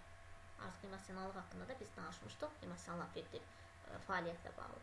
Başqa sözlə desək, şagirdlərdə dərsə maraq yaratmaqla, onları tədrisə cəlb etməklə, öyrənəcəkləri məsələlərlə emosional bağ yaratmağa imkan veririk. Yəni, bu mənim üçün nəyimə lazımdır? Bəzən olur, uşaq sinifdə deyir ki, uşağa müəllim deyir ki, ay uşaq dərsi niyə dinləmsin? Deyir, ay müəllim, bu mənim nəyimə lazımdır ki?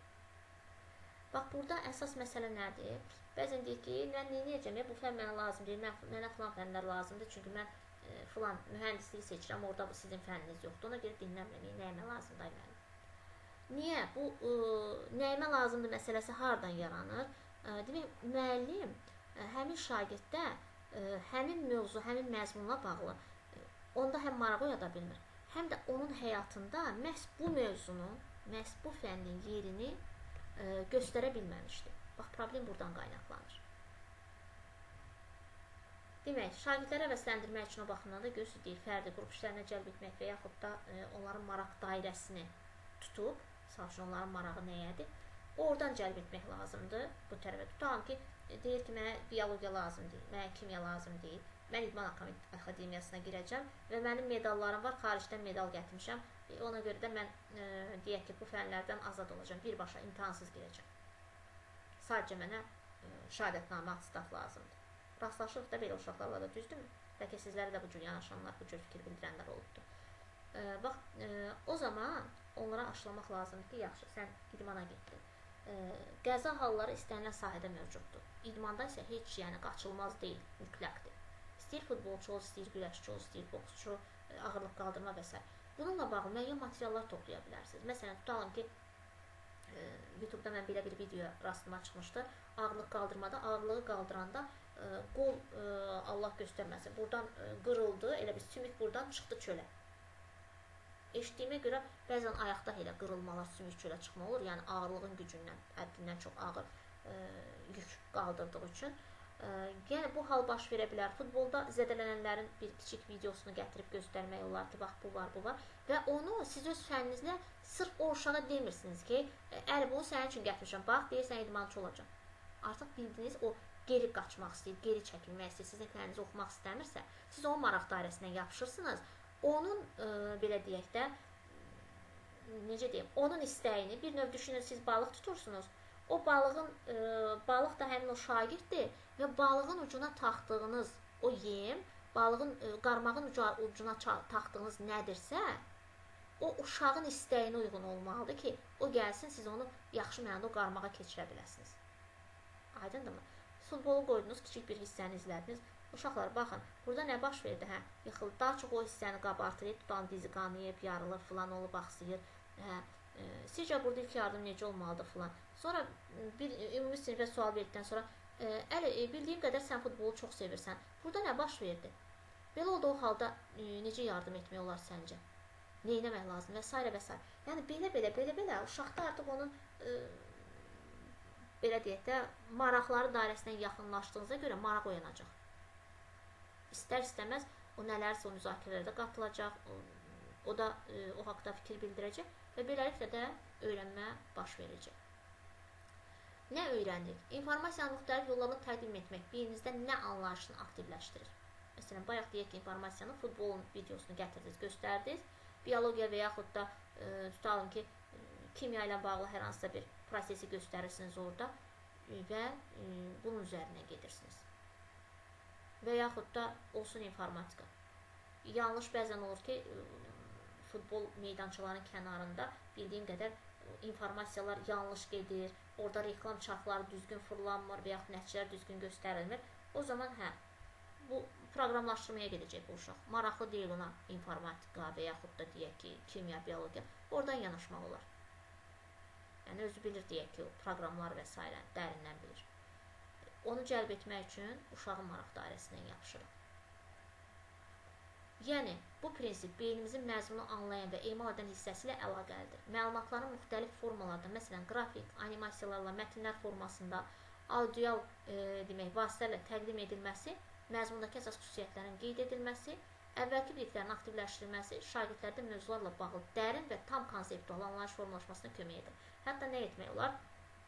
Deyək ki, uşağın marağı yoxdur və siz ağciyərlərimiz mövzusu var da, səhv etmirəmsə biologiyada eləmi? İnsan orqanlarını keçəndə. Varmı biologiyada? Var. Biologumuz var idi elə bir burada. Və yaxud da digər, misal üçün, bədəndə baş verən kimya proseslər və s. Bununla bağlı. Uşaqları çıxartdınız çölə. Uşaqlar 15 dəqiqəlik futbol oynayacaqsınız.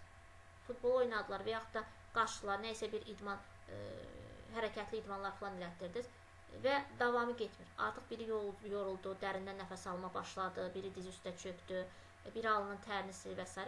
O zaman elə bu vəziyyətdə həm onların kiçik videosunu çəkə bilərsiniz, sonra apararsınız, uşaqların dərsimizin qalan hissəsini keçək sinifdə davam edək. Uşaqlara maraq keçir, müəllim neynədir, bizi çıxartdı, axı bu biologiyadır, axı bu kimya dərsi idi, müəllim nə iş gördü və yaxud da fizikanın da səhv etmirəmsə insan orqanizmasına və s. deyəsən belə bir əlaqələr var, eləmi? Fiziki nəysə belə bir şeylər və yaxud da fiziki tarazlıq falan məsələləri var da, deyəsən insanla əlaqələndirirsiniz onu. Varmı fizikaçımız burada? Yəni istənilən halda əlaqələndirmə mümkündür. Sonra çəkdiklərinizi ekranda göstərib, deyək ki, onu müzakirə çıxarırsınızsa, bax bu dərs uşaq üçün uyğun və bu dərs uşaq üçün maraqlı olacaq. Görün, bir dənə uşaq kənarda qalacaq, dərsinizdən qaçacaq, təbii ki, yox. Xarici ölkələrdə dərsi bu şəkildə keçirlər. Uşaqların özləri üzərində müşahidə aparmalarına imkan yaradırlar. Yəni, sırf həyatdan gedir söhbət. Yoxsa otur, sən kitabın bu səhifəsindən sənə dərs vermişsin, niyə öyrənməmsən, niyə bu tapşırığı yerinə yetirməmsən? Bəlkə real həyatda o hər hansısa bir tapşırığı həmin o məzmunla bağlı yerinə yetirəcək. İmkan vermək lazımdır sadəcə. Fəaliyyətə gəldikdə necə öyrəndik? Fəaliyyəti müxtəlif formada həyata keçirmək beynimizdə necə anlayışını aktivləşdirir? Bu prinsip bizə öyrəndiyimiz məlumatlar fərqli və yeni kontekstdə uyğunlaşma imkanı verən strateji yanaşmadır. Şagirdlərə öyrəndiklərini müxtəlif formalarda təqdim etmək üçün onlara bir xeyli seçim, az öncə dediyim kimi, yəni imkan vermək lazımdır ki, onlar da öz bilik və bacarıqlarını ortaya qoysunlar. Belə olduğu halda da nə edəcəksiniz? Siz onları rəylərlə, yəni müsbət, konstruktiv rəylərlə dəstəkləyəcəksiniz. Şagirdlərin pozucu davranışını idarə etmək üçün plan hazırlanması. Şagird davranışının idarə edilməsi ilə bağlı əvvəlcədən hazırlanmış və sinifdə tətbiq edilə biləcək fərqli strategiyaların əks olunduğu planın hazırlanması lazımdır. Biz indi sinifin idarə olunmasında da məqamlara toxunacağıq. Yenə də burada qeyd etdiyim kimi, uşaq deyir ki, mən neyinirəm, ya mən idmançıyam falan. Artıq siz öz planınızı qurmuşsunuz. Onunla bağlı müəyyən bir informasiyalar toplamısınız, dediyim kimi, müəyyən bir videonu gətirdiniz, onun üzərində müzakirəni ümumi siniflə aparanda və arada da bir 50-nin üzərinə gəldiniz, onu da müzakirəyə qatmaq üçün. Çünki o maraq dairəsidir və baxın, maraqla baxacaq o, nə baş verdiyinə. Eyni zamanda mükafatlandırmalar da ola bilər, nə bilim, sertifikatlar və s. Sonra korporativ öyrənmə. Korporativ öyrənmə nədir? Yəni, qruplar vasitəsilə, yəni bir-biri ilə əməkdaşlıq edərək öyrənmədən gedir burada söhbət. Ki, siz də özünüz sinif mühitində onsuz da bunu yaradırsınız. Cütlərlə də iş verirsiniz, bəzən qruplarla da iş verirsiniz və s. Demək, sonra burada Edgar Deyle'in mənimsəmə cədvəlindən danışır. Biz onu da irəlidə keçəcəyik. Edgard Deyli mənimsəmə cədvəli bir deyək bir piramida formasında üçbucaqdır. Öyrənmə necə baş verir? Məsəl üçün, tutalım ki, müəllim deyir, uşaq eşidirsə, sinifdə bir 30 uşaq varsa, maksimum oradan bir 10% mənimsəyə biləcək. Müəllim həm deyir, uşaqlar həm eşidir, həm də vizual nələrsə göstərirsə, biraz artıq o 20-30%-ə qalxacaq. Həm deyir, həm göstərir, həm videolar var, həm nə bilim praktiki təcrübələrə cəlb edir. Yəni, bunların hər birisi getdikcə öyrənmə və mənimsəmənin faizini artırır. Yəni, tək nəzəri tərəfi vermədiyiniz halda daha yaxşı mənimsəmə baş verir. Müəllimlərin peşəkar inkişafı. Öncə qeyd etdiyimiz kimi, inklüziv təlim mühitini yaratmaq müəllimdən peşəkarlıq və pedaqoji səriştə tələb edir. Bayaq dediyim mənfi rəy bildirən müəllimlərlə də rastlaşmışıq, illər uzunu inklüzivliyi bəyənmirəm deyənlərlə də rastlaşmışıq. Amma yenə də real sübutlarla ki, bu sən olsan, sənə qarşı bu cür davransa, bu sənin evladın olsa nə baş verərdi? Ondan sonra bir düşünməyə onları vadar etdiyimiz də olubdur. Yəni, müəllimlərin peşəkar inkişafı dedikdə, hər tərəfli, bayaq da müəllimənin dediyi kimi, kurikulum sizə həm demək, bütün təhsillə bağlı olan istiqamətləri açıqlayır. Həmçinin sizin haqlarınız, hüquqlarınız, vəzifəniz və s. tam olaraq aşılamış olur, açmış olur. Müxtəlif qiymətləndirmə üsulları. İnklüzivlikdə qeyd etdiyimiz kimi, orada əlilliyi olan, olmayan, zəif güclü, yəni hər tərəfli uşaqlar olduğuna görə müxtəlif qiymətləndirmə üsullarından istifadə edə bilərsiniz. Və burada da nümunə olmalıdır. Özünü şifahi ifadə etməkdə problem yaşayan şagirdlərin, məsələn, autizm bilirik ki, biraz çəkinən olur cəmiyyətdən, göz təması qurmur və s. Düzdür, onların da dərəcələri var. Qiymətləndirməsi yazılı tapşırıqlara əsasən aparıla bilər. Sən mənə bax, çıx uşaqların qarşısına, uşaqlara dərsi danış, onu etməyəcək, bacarmayacaq. Məcbur etmək də lazım deyil. Başqa yöndə, yəni tapşırıqları elə şəkildə verin ki, siz onu həmin tapşırığa əsasən, yerinə yetirdiyi tapşırığa görə qiymətləndirə biləsiniz. Sonra digər burada nümunələr olmalıdır.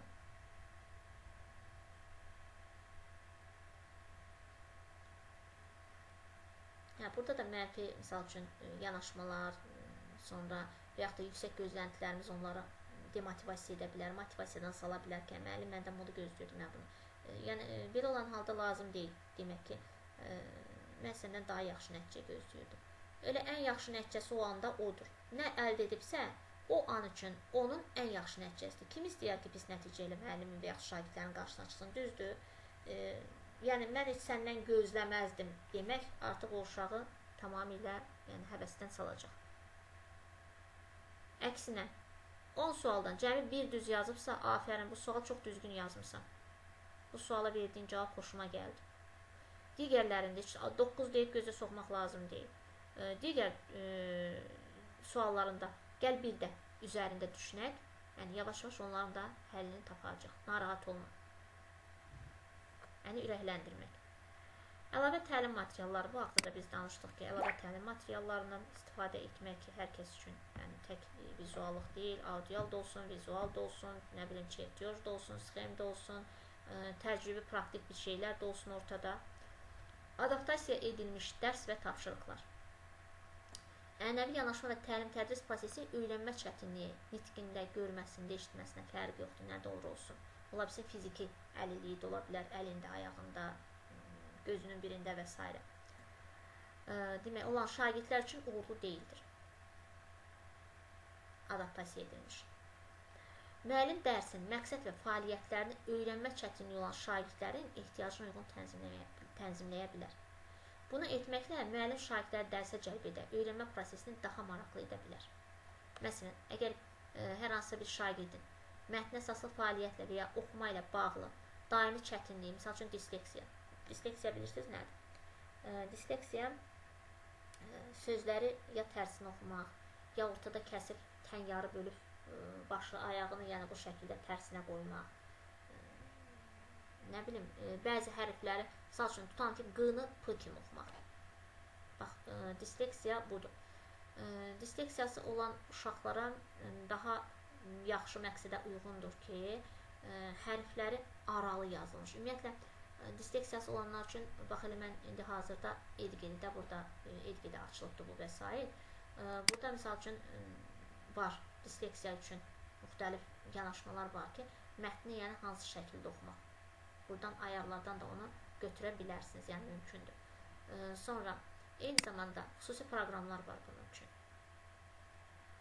Yəni hərflərin eyni zamanda şriftlər, misal üçün Word sənədində şriftlərin içərisində elə şriftlər var ki, bax burada görürsünüz, misal üçün belə şriftlər, bir-birindən aralı yazılan şriftlər.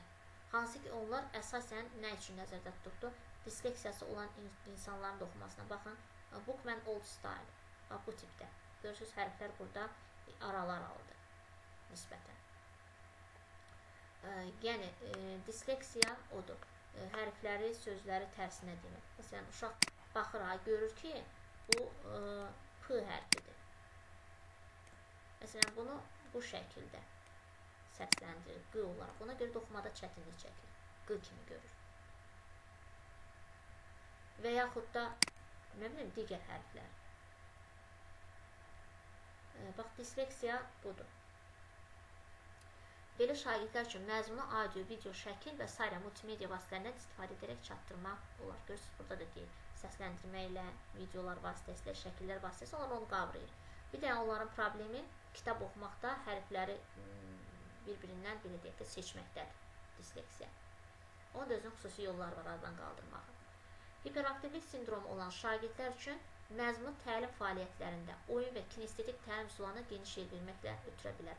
Amma elə mənim sinifimdə hiperaktiv uşaq var deyə mən elə bütün dərsimi oyunlar vasitəsilə ancaq ona yönəltim yox. Yəni dərsi ilə qurmalıyıq ki, mən bilirəm ki, mənim sinifimdə belə uşaq da var, belə də var, belə də var. Yəni dərs mühitimi ona uyğun qururam. Necə ki, evdə tutan uşaqların biri soğanlı yemək yeyir, biri soğansız yeyir, biri qızartma xoşlayır, biri soyutma xoşlayır. Ona uyğun süfrənizi qurursunuz ki, hər kəs o süfrədən tox getsin, ac gedib yatmasın uşaqlar. Eləcə də yəni, sinifinizdə olan şagirdlər öz evlatlarınız kimi yəni, bu şəkildə sayın və onların hər birisinin o məzmun mənimsəməsi üçün maksimum cəhdlər edir. Sonra başqa diqqət edəcəyimiz məqam. Başqa bir məsələ isə diqqəti şagirdin nəyə bacaracağına deyil, əksinə bacardığı məsələlərə yönəltməkdir.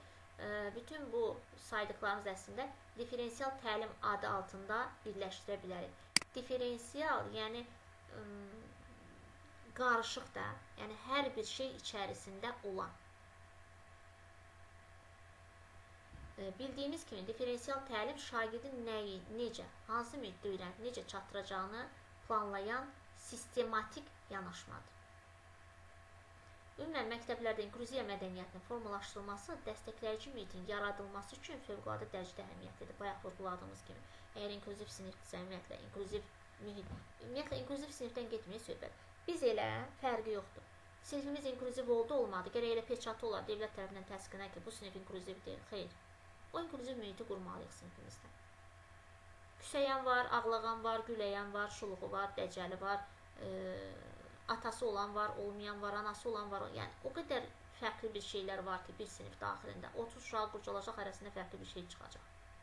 Vacib deyil, şərt deyil, əlillik olsun. Düzdürmü? Ona görə də o inklüziv mühit hər yerdə mütləq şəkildə yaradılmalıdır. Hətta dövlət belə bunu nəzərə alır. Yeni təmir olunan tikilən məktəblərdə göz pilləkənlərin yanında 50 arabaların getməsi üçün yerlər var. Sonra eskalatorların özü, indi yeni çıxan o qırmızı, sonra bənövşəyi avtobuslarda, bir sözlə yeni model avtobusların hamısında orta qapında açılan lükun olması. Lük açılır, geriyə çölə tərəf qatlanır və 50 arabaların keçidi üçün bir keçidə çevrilir. Bilmirəm, görürsünüz yoxsa yox. Sonra inklüziv mühit olan məktəbdə əlbəttə ki, orada inkişaf da olacaqdır, orada anlayış da olacaqdır, orada belə deyək də fərqli bacarıqlara malik olan uşaqların irəli çıxmasını da müşahidə edib görəcəksiniz.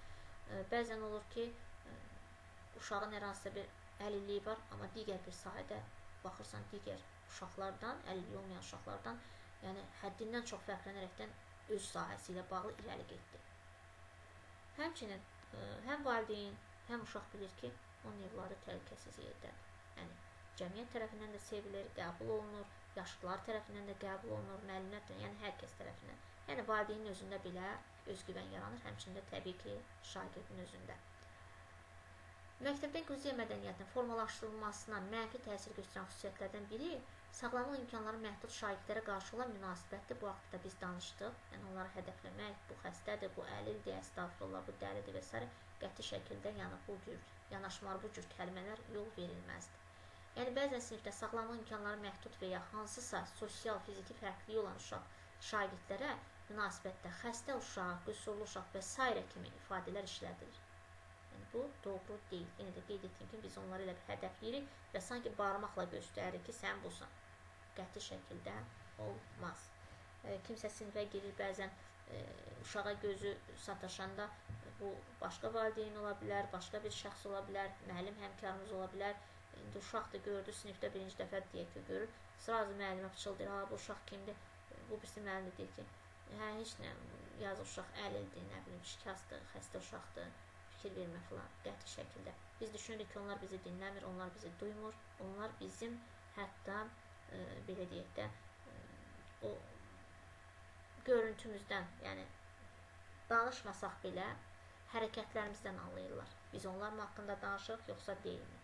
Çünki onlar çox həssas olur, həddindən çox. Yəni, baxın, görürsünüz, deyir, damğalayıcı sözlərlə müraciət etmək yol verilməzdir. Biz onlara əgər o şəkildə deyirsə, sanki barmağımızla göstərib, onları damğalayırıq ki, sən busan. İnklüzivliklə bağlı kiminsə sualı var.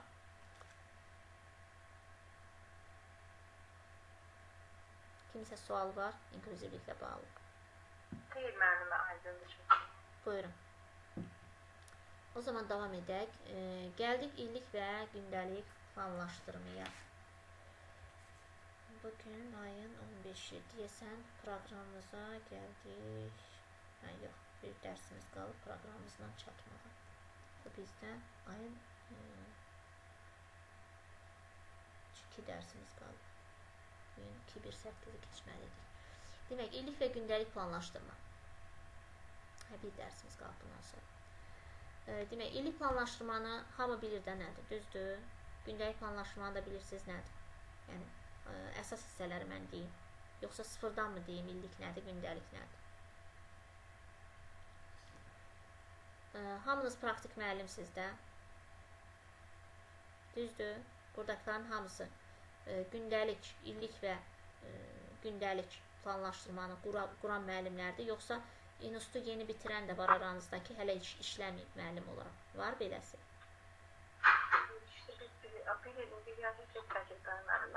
Necə? Təcrübəmlə də yəni ki, müəllimlərimiz, yəni hamı... Yox, ola bilsin. Burada tələbə yoxdur ki, misal üçün, ya tələbə, ya da ki, universiteti yeni bitirib heç işləməyən var. Yox. Hamı plan qurub, hamı gündəlik, illik planlaşdırmasını müdirə, müavinə təsdiq elətdirən müəllimlərdirsə, o zaman davam edək. Demək, planlaşdırma prosesində indi yeni yanaşma var artıq. İndi dedikdə, yəni artıq bir 5-6 ildir ki, bu yeni yanaşma nəzərə alınır. Necə? Nəticədən planlaşma. Necə ki, biz deyirdik, nəticə yönlük, kurikulum prinsiplərini sadalayanda onlardan biri nə idi? Nəticə yönlük. Çünki biz ilk öncə nə edirdik? Baxırdıq nəticəyə, devlət bizdən hansı nəticəni gözləyir. Hələ sinifi indi götürmüşük, hələ sentyabrın 15-idir. Hələ 5-ci sinifi mən indi təhvil götürmüşəm. Amma mən bilirəm ki, 6-cı sinifə çıxanda, bu şagird 5-ci sinifin sonunda, iyunun 14-ü mən bu uşağı hansı biliklərlə, təbiət fənninə aid olan hansı biliklərlə və yaxud kimyaya və yaxud nə bilim, informatikaya, digər fənlərə aid olan hansı biliklə mən 6-cı sinif ötürməliyim. Hələ sentyabrın 15-dən mən bunu bilirəm. Hardan bildim?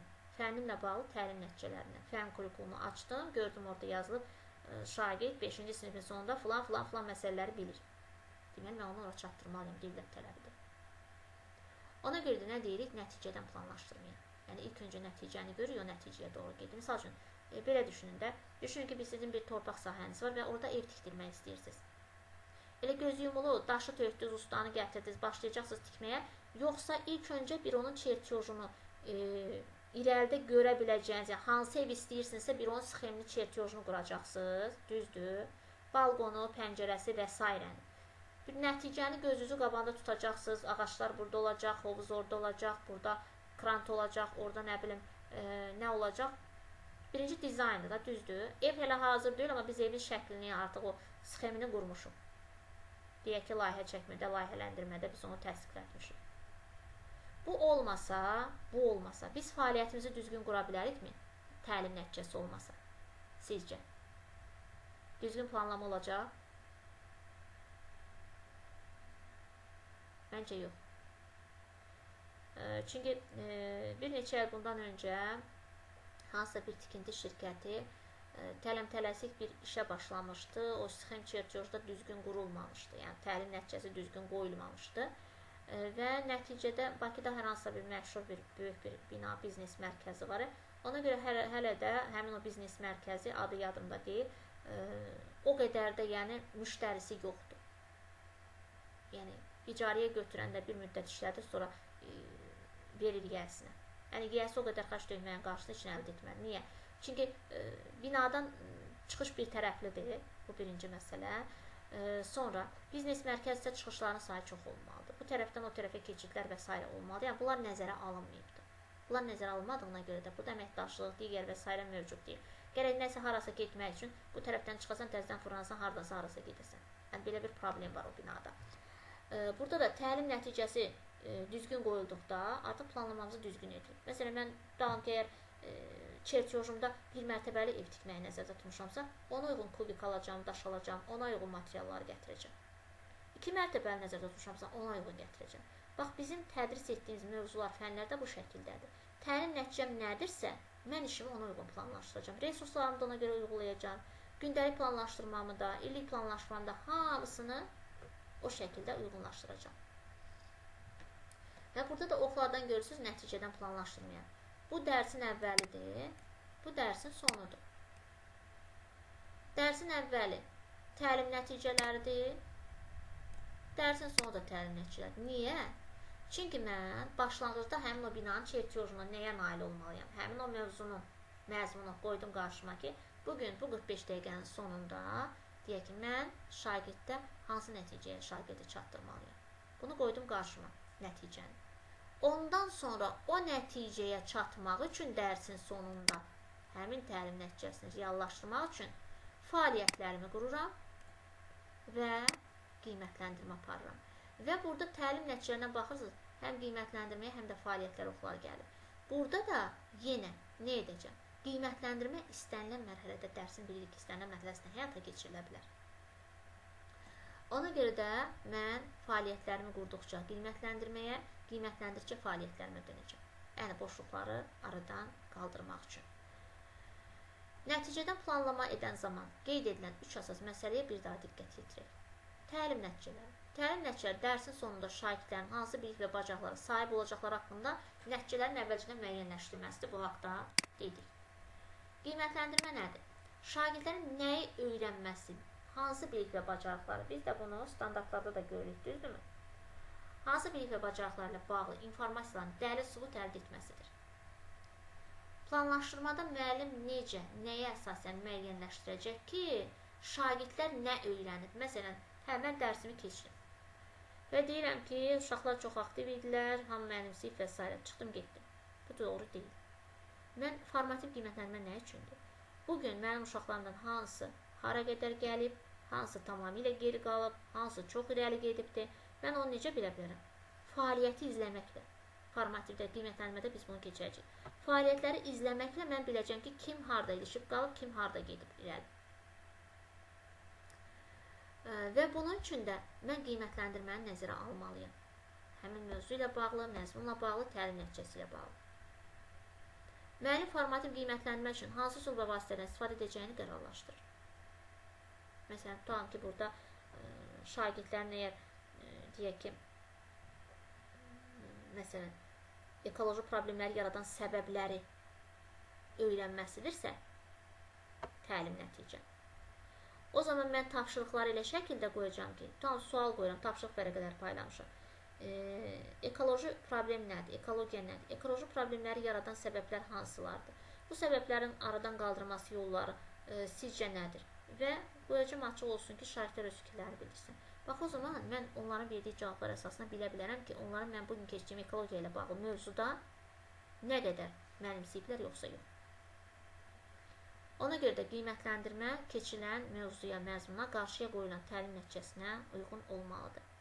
Öyrənmə fəaliyyətlərinə gəlib. Əlbəttə ki, əgər mən ekologiyanı keçmişəmsə, ekoloji problemləri keçmişəmsə, o zaman yenə də mənim öyrənmə fəaliyyətlərim necə olacaq? Sən ola bilsin ki, dəniz sahilində, hər hansısa bir çirklənmiş ərazidə uşaqlarla dərs keçə bilərəm.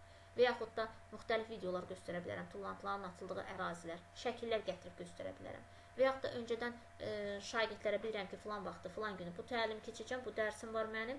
Deyirəm uşaqlar, yaxın, hərə öz yaşadığı ərazidə zibilliklər, ətraf mühitdə olan çirklənən əraziləri filan şəkillərini çəkin, gətirin, maraqlı bir dərsiniz olacaq.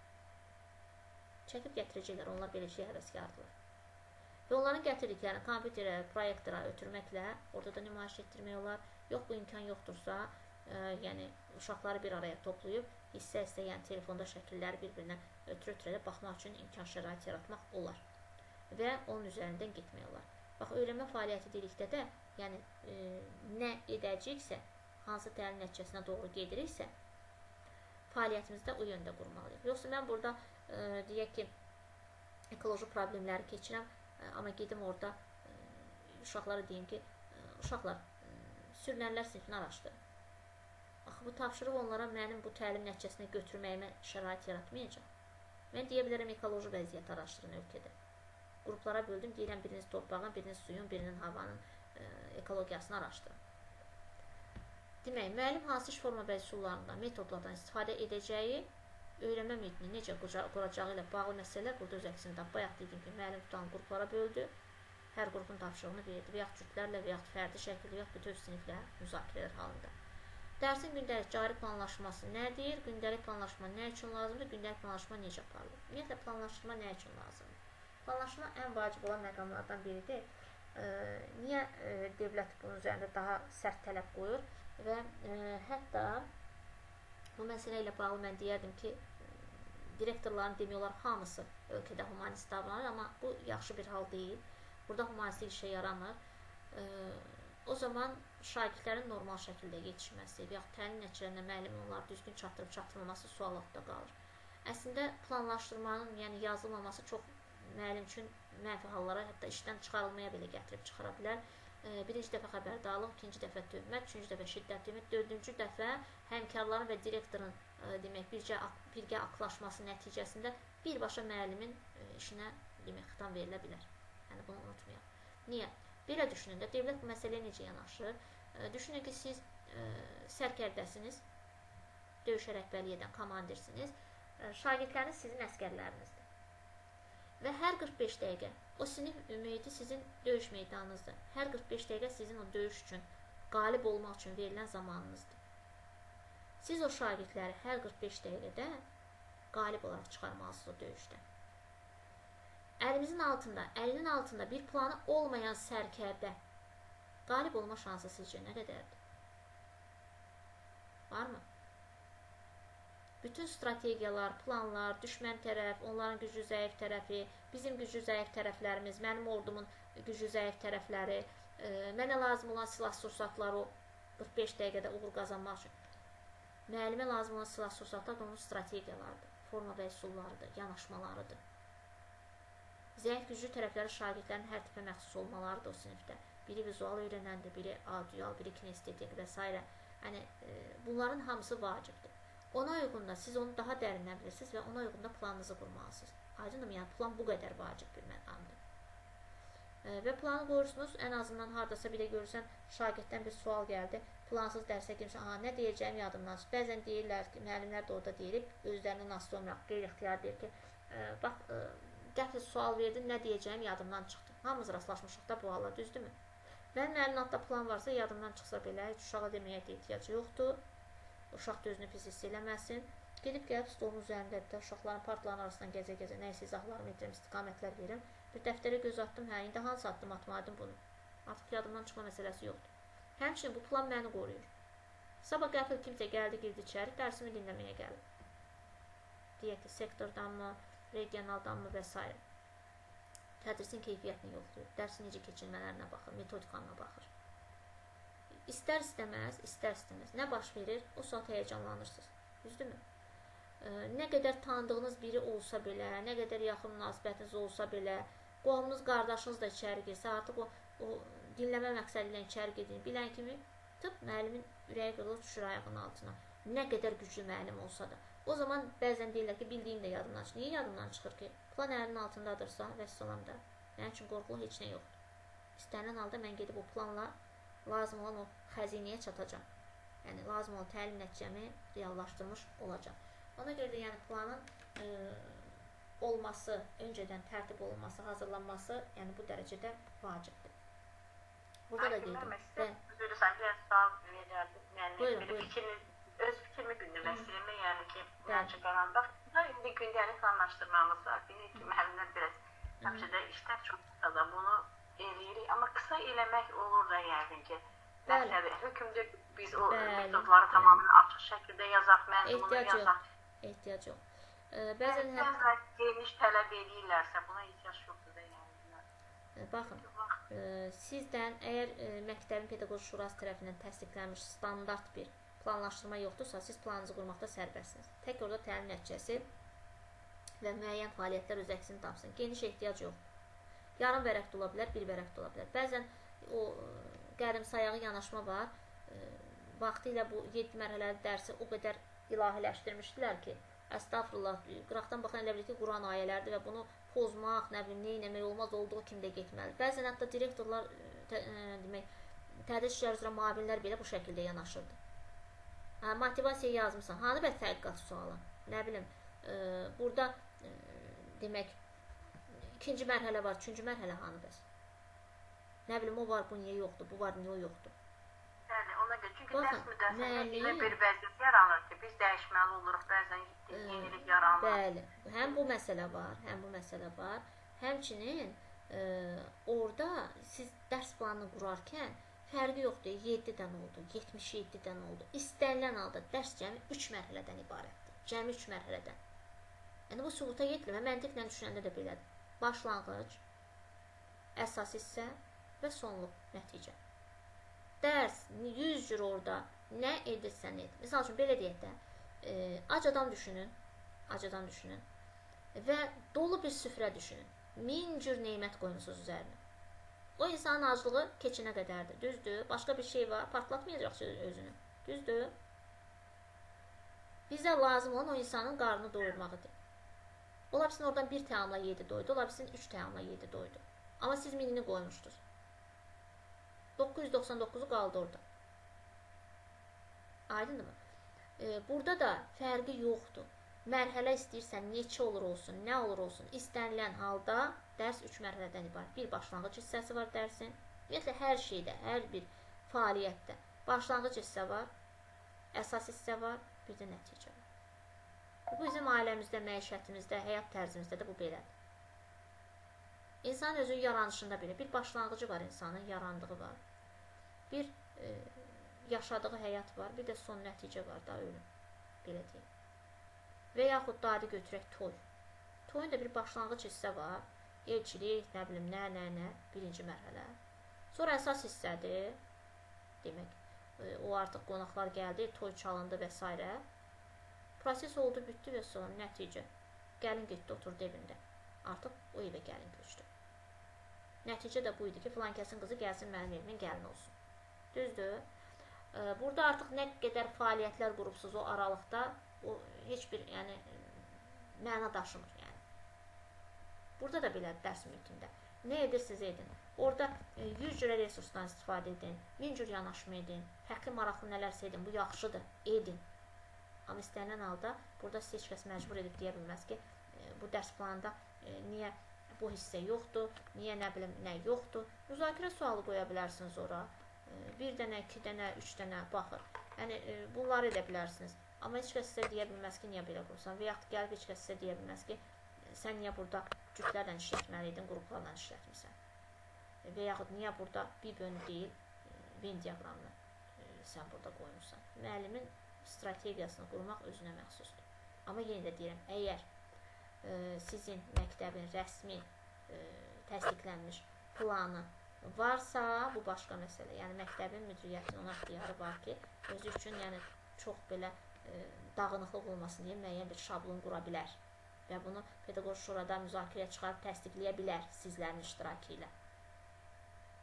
Müəllimlər də orada bir 50%-dən belə deyək də, yuxarı bir səs olsa ki, yox, hər kəs öz bildiyini eləsin, o zaman təsdiqlənməyəcək. Reallıq varsa. Dərs planı həm də bir növ yol xəritəsi, bayaq qeyd etdiyim kimi. Yəni, gedəcəyiniz yolu sizə göstərir, nə isə yaddan çıxır. Burada dərsin məqsədi, qiymətləndirmə üsul və vasitələri, məqsədə çatmaq üçün dərs zamanı görüləcək işlər və fəaliyyətlər öz əksini tapır. Tədrisi 3 mərhələli bir fəaliyyət kimi düşünək, az öncə dediyim kimi. Yəni, əvvəl, əsas hissə və sonluq. Burada da qeyd olunur. Birinci mərhələ, dərsdən əvvəl baş verən hazırlıq və planlama. İkinci, dərs zamanı baş verən sinfin dar olması, öyrətmə və öyrənmə. Üçüncü mərhələ isə qiymətləndirmə. Artıq nəticə. Niyə dərsi planlaşdırmalıyıq? Bu məqsəd yəqin ki, aydındır. Yəni, unutmamaq üçün, kimisə yanında pis vəziyyətdə qalmamaq üçün, həmçinin uşağın özündən də sual gələndə bəzən çaşıb, yəni mövqe itirə bilərik. Dərsin planlaşdırılması zamanı aşağıdakı vacib məqsədlər nəzərə alınmalıdır. Dərsin məqsədi mütləq, yəni təlim nəticəsinə baxıb məqsədi müəyyən edir ki, mənim bu dərsi keçməkdə məqsədim nədir? Mən bugün bu 45 dəqiqənin sonuna qədər şagirdə nəyi aşılamağa çalışıram? Onlara hansı biliyi, hansı bacarıq formalaşdırmalıyam? Sonra formativ qiymətləndirmə üsullarını müəyyənləşdirmək. Bunu da dərsin nəyə uyğundursa, bayaq öncə qeyd etdiyim kimi, misal üçün ekologiyadan mən misal çəkdim, ona uyğunda qiymətləndirməni, meyarları və s. müəyyən etmək. Fəaliyyətlər, yəni dərs zamanı istifadə olunacaq iş forması və üsullar. Mən nədən istifadə edəcəm? Özüm üçün bir xatırlatmalar edirəm ki, misal üçün bu mərhələdə, bu müzakirədə Venn diaqramını istifadə edəcəm. Qrup işləri verdikdə, tutalım ki, birinci qrupa filan sinqreyni verəcəm, o birisinə bunu verəcəm. Yəni, özüm üçün müəyyənləşdirirəm. Dərs zamanı fəaliyyətlərin müxtəlif öyrənmə tipinə sahib. Bunu da bayaqlar vurğuladıq. Dərsin diferensiyasiyası. Yəni, bəzisi vizual olaraq yaxşı götürür, bəzisi sxem çertiyojlar, bəzisi toxunaraqdan, kinestetik, yəni təcrübə apararaqdan, bəzisi audial eşitməklə. Yəni, bunların hamısını nəzərə alaraqdan resurslarımı o şəkildə toplamışam. Videom da var, şəklim də var, sxemim də var, nə bilim, səsli nələrsə də var və yaxud öz səsimlə də ifadə edə bilərəm. Hansı resurslardan istifadə etmək? Bunu da müəyyənləşdirirsiniz planınızda. Real dərs zamanı meydana çıxa biləcək çətinlik, yəni bir B planınızın olması. Olmadı belə, oldu elə. Bayaqlar müəllimə dediyi kimi, bəzən uşaqdan elə bir fikir gəlir ki, yəni o dərsin axarını dəyişir. Düzdür, əsas məqsəd qalır yerində, amma siz nəzərdə tutduğunuz plan artıq planlığından çıxır. İllik və gündəlik dərs planının formatı tədris müəssisəsindən asılı olaraq dəyişə bilər. Bax, bayaq verdiyiniz sual. Yəni, hər məktəb özü üçün planlaşdırmanın formatını müəyyənləşdirə bilər, dediyim kimi, rəhbərlik və pedaqoji şuranın qərarı ilə. Yoxdursa, öz istədiyiniz kimi qura bilərsiniz. Gündəlik planlaşmada nələr öz əksini tapmalıdır? Gedək, bu uşaq mənim gözümü bir tər elədi. Reallaşdırılması nəzərdə tutulan alt standartlar. Mövzu, dərsin məqsədi, dərsin məqsədinə uyğun qiymətlənmə meyarları, metod vasitələr, dərsin məqsədinə uyğun öyrənmə fəaliyyətləri. Bir də resurslar. Yəni, gündəlik planlaşdırmanızda burada qeyd olunanlar, bax, bu hissədə qeyd olunanlar nəzərə aldınızsa, demək, tamamdır. Sizin bütün addımlarınız var orada. Qiymətləndirməyə gəldikdə də, gündəlik planlaşdırmada, demək, qiymətləndirmədə yenə də özünüz üçün meyarlar qeyd edə bilərsiniz. Mövzu ilə əlaqəli, məzmunla əlaqəli, sinfin şagirdin səviyyəsi ilə əlaqədar. Amma bu qiymətləndirmə, belə deyək, meyarların müəyyən edəndə, qiymətləndirmə vasitələrini hazırladıqda, bu şifahi sorğu da ola bilər, sual-cavab da ola bilər, tapşırıq vərəqələri də ola bilər. Praktik işlər vasitəsilə də siz onların mənimsəyib-mənimsəməyini yoxlaya bilərsiniz. Məsəl üçün, tutan ki, informatikada uşaqlara daha çox proqramlaşdırmada və s. eləcə də digər ofis proqramlarını öyrənirsə, praktik olaraq yoxlayırlar. Oturtdurdular kompüterin arxasına, yoxladı və qiymətləndirməsini apardı ki, bu uşaq qovluq yarada bilirmi? Açır, bağlayır, adlandırır, silir, yaradır, silinmişi bərpa edir. Yəni, bu şəkildə. Qiymətləndirmə üçün də özünüz artıq bəri başdan bilirsiniz ki, nə edəcəksiniz? Hansı qiymətləndirmədən istifadə edəcəksiniz? Summatikdə də hökmlü test olsun və sizin dediyiniz kimi, yəni onları, əsas odur ki, onları bilirmi? Yəni, belə suallarla da verib qiymətləndirmək üçün vərəqləriniz olmalı. Yox, sualla yox, sualla olmaz. sualla summativ, Yəni yox, praktik böyük işləri summativ. görsünlər, bu tapşırıqları yerinə yetirsinlər. Çünki bizim sualları əzbərə deyə bilər. Bu bizi yanıldacaq. Bəlkə hafizə yaddaşdı. Mən onların təcrübə tərəflərində görməliyəm. Deyirsən ki, bunları, bu tapşırıqları təbliğ ilə yerinə yetir. Məsələn, biz Yəni test kimi olmasın. biz hardasa belə deyim də, hardasa bir 8-9 il bundan qabaq bəzi məktəblərdə biz bir təcrübə keçirdik, Bakı məktəblərində və orada BSG-ləri təxminən 2015-2016-cı illərdə, ya da 2014 idi, dəqiq yadımda qalmayıb da. Demək, orada BSG-ləri necə keçirdik, təklif elədik və sonra belə deyək, eksperiment kimi keçirdik. Nəticəsi də uğurlu və yaxşı oldu. Orada il boyunca olan, tutalım ki, birinci yarım il ərzində hansı standartlar reallaşdırmalıdır? Tutalım, orada vardı illik planlaşdırmasındakı 2-1-1, 3-1-2, nə bilim 4-1-1 və s. Bu standartları götürdük, təhlil elədik. Buna uyğun bir məzmun yaratdıq, qiymətləndirmənin məzmununu da, suallar tərtib elədik, tapşırıqlar verdik və orada bu indi situasiyalı falan çıxıb, amma biz o vaxt onu etmişdik, hekayələr vermişdik, o uşaq orada fikir bildirsin, nə arsın, neynəsin, nə bilim, müəyyən belə qeyri-standart tapşırıqlar, düşündürücü tapşırıqlar və s. şəkillər, belə bir şeylər, yəni bu şəkildə də vermişdik. Həmçinin, misal üçün, tutalım ki, təsviri incəsənət idi, biz təklif etdik ki, orada il boyunca tutalım onlar keçirdi, deyək, soyuq rənglər, nə bilim, isti rənglər, nə bilim, nələr, elə bir tapşırıq olsun ki, həm praktik olsun, həm o bütün standartları yarım il boyunca keçirənləri özündə əks etdirsin. Və müəllim onu maraqlı bir qiymətləndirmə hazırlamışdı, keçirmişdi, çox maraqlı əl işləri çıxmışdı ortaya. Yəni, orada artıq sual verilməmişdi. Elə bir tapşırıq vermişdi ki, tam dəqiq yadımda deyil. Yəni, orada həm o soyuq rənglər, o isti rənglər, nə bilim, nələr, o uşağın çəkdiyi şəklə baxanda o artıq bilirdi ki, o bu meyarlara cavab verir, yoxsa yox. Bu standart orada reallaşıb, yoxsa yox. Aydındırmı? Eləcə də digər, yəni bu bizdə belə deyil, kağız. Bütün ölkələrdə, bilmirəm, Türkiyədə olanınız var, yoxsa yox, zaman çalışın.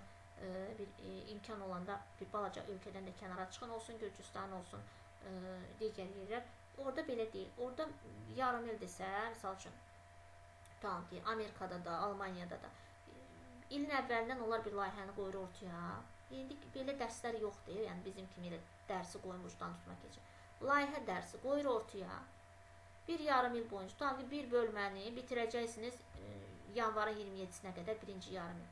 Həmin bölmənin digər paralel şəkildə sizinlə bərabər həmin sinifdə dərs keçən coğrafiya, nə bilim, coğrafiya deyil, demək, fizika, kimya, biologiya, texnologiya, informatika, riyaziyyat. Müəllimlər birləşir bir-birinə, bir də təsvir incəsənət sistem layihələrində. Və bu dərsi bir layihə plan halına gətirirlər. Bu 6 müəllimdə, 7 müəllimdə, 5 müəllimdə hamısında bu plan eynidir.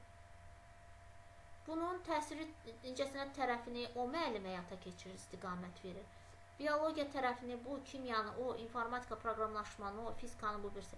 Yəni bu şəkildə dərsi qurulur. Uşaqlar elə bilirlər ki, məcaranın içərisindədirlər. Yorulmurlar, usanmırlar, müəllim özü də yorulmur. Bəzən bu müəllimlər birləşirlər.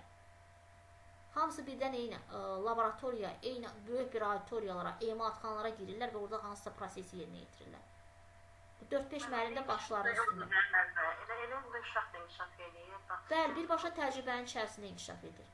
O Çinliləri görürsünüz də 5 yaşlı uşaqlara nələr öyrədirlər bağçada. Orada demirlər ki, bizdə texnologiya dərsində deyilik. O məlumatları uşaqlar yazın, dəftərinizdə qeyd edin, kitabdan altdan xətt çəkin. O məlumatların saxlanması filan dərəcədə olmalıdır filan. Orada o məlumatın özünü uşağın yoğurtdurur, özünə qarışdırır. Sonra da saxlanma olanda orada tutan ki, deyir ki, bu dərəcədə saxlanmalıdır bu məlumat və yaxud da belə olmalıdır. Orada nəysə uşağa bir tapşırıq verir, dərəcəni yazı üstə yapışdırır. Artıq o uşağın özü yazdı, özü yapışdırdı, gözü də alışdı, beyninə də hopdu.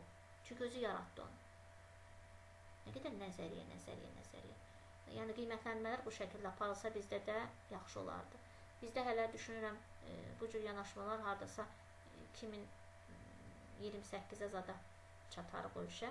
Yəqin ki, 2030-dan sonra artıq hibrid gedəcək, hibridə başlayacaq ki, yarı məktəbdə, yarı evdə. Yəni getdikcə yavaş-yavaş təhsil sistemində bu şəkildə köklü dəyişiklik olacaq. Fərqli yanaşma başlayırıq. Daha doğrusu başlanıbdır. Biz artıq müəyyən təlimləri keçə-keçə gedirik.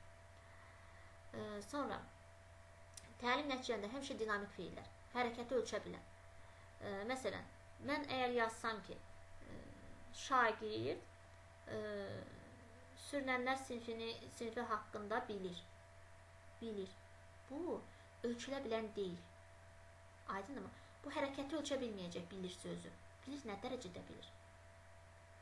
Amma mən yazsam ki, şagird sürünənlər sinfini bildiyini nümayiş etdirir və yaxud da sürünənlər sinfi ilə bağlı şərh edir.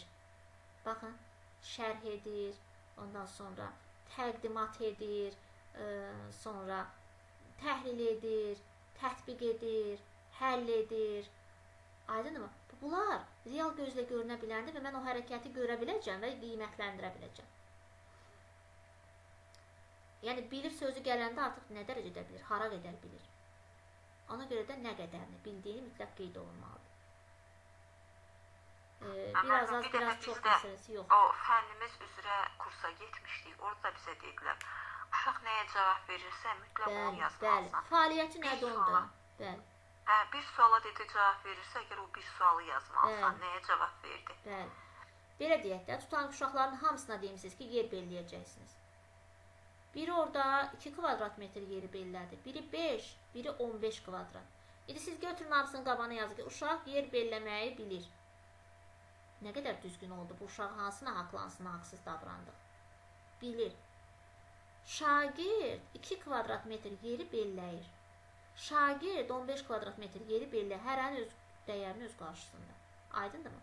Yəni bu mütləq şəkildə fəaliyyətin nədirsə, o qiymətləndirmədə öz əksini tapmalıdır. Ölçülə bilən olmalıdır. Ona görə də mən 2 kvadratın özünə uyğun bal yazacağım. 15 kvadratı belləyən üçün onun özünə uyğun bal yazacağım və kimsənin haqqına girməyəcək və qiymətləndirmədən obyektiv keçiriləcək. Aydındırmı? Ona görə də biz deyirik ki, burada demək dinamik feillər, hərəkət ölçə bilən feillərdən istifadə olunur. Həmçinin də idrak taksonomiyasını qiymətləndirmədə də görəcəksiniz. Demək, misal üçün, idrak taksonomiyasında nə var? Çünki biz qiymətləndirmədə uşağın nəyini qiymətləndiririk? İdrakin fəaliyyətini də, düzdür? İdraki fəaliyyətdə nələr vardı? Tətbiq, təhlil, düzdür? Yəni, biz Bloom taksonomiyasını idrakın o mərhələlərinə uyğun feillərdən istifadə edəcəyik. Dərsin sərgi məqsədini müəyyən edərkən, müəllim mən nə keçəcəyim yanaşmasında deyil. Bu artıq mən nə keçəcəm, mən öz fəaliyyətimi o zaman dəyərləndirmiş oluram. Şagirdlər nə öyrənəcək? Bax, mən bura yönəli qurmalıyam qiymətləndirməni. Belə ki, effektiv təlim nəticələri şagirddən nə gözlənildiyini, dərsin sonunda hansı bilik və bacarıqlara yiyələnəcəyini təsvir edir. İndi burada baxın, yanlış və doğruya, müəllimin fəaliyyətinə yönəlmiş təlim nəticəsi. Təlim nəticəsinin qurulda diqqətli olmalıdır. Essenin giriş hissəsini yazmağı öyrədir. Kim öyrədir? Müəllim. Demək səhvdir. Bu düzgün qurulmuyor. Essenin giriş hissəsini yazır. Bu artıq şagird. Məsələnin həlli yolunu göstərir. Kim göstərir? Müəllim. Bu müəllimin təlim nəticəsidir. Müəllim bu 45 dəqiqədə gördüyü işin nəticəsidir bu. Mən nəticə yönlülük Dövlət mənim qarşıma müəlliminkini qoymayıb ki, Dövlət mənim qarşıma şagirdin təlim nəticəsinə çatmasını qoyur. Məsələni həll edir. Görürsünüz, həll edir, yazır, konkret nə elədiyini deyir. Vətənpərvərlik hissi nümayiş etdirir. Nə ilə? Səhnəciklərlə, şiir, danışmaqla və s. ilə. Şagirdlərə vətənpərvərlik hissi aşılar. Kim aşılar? Müəllim. Müəllim təlim nəticəsi.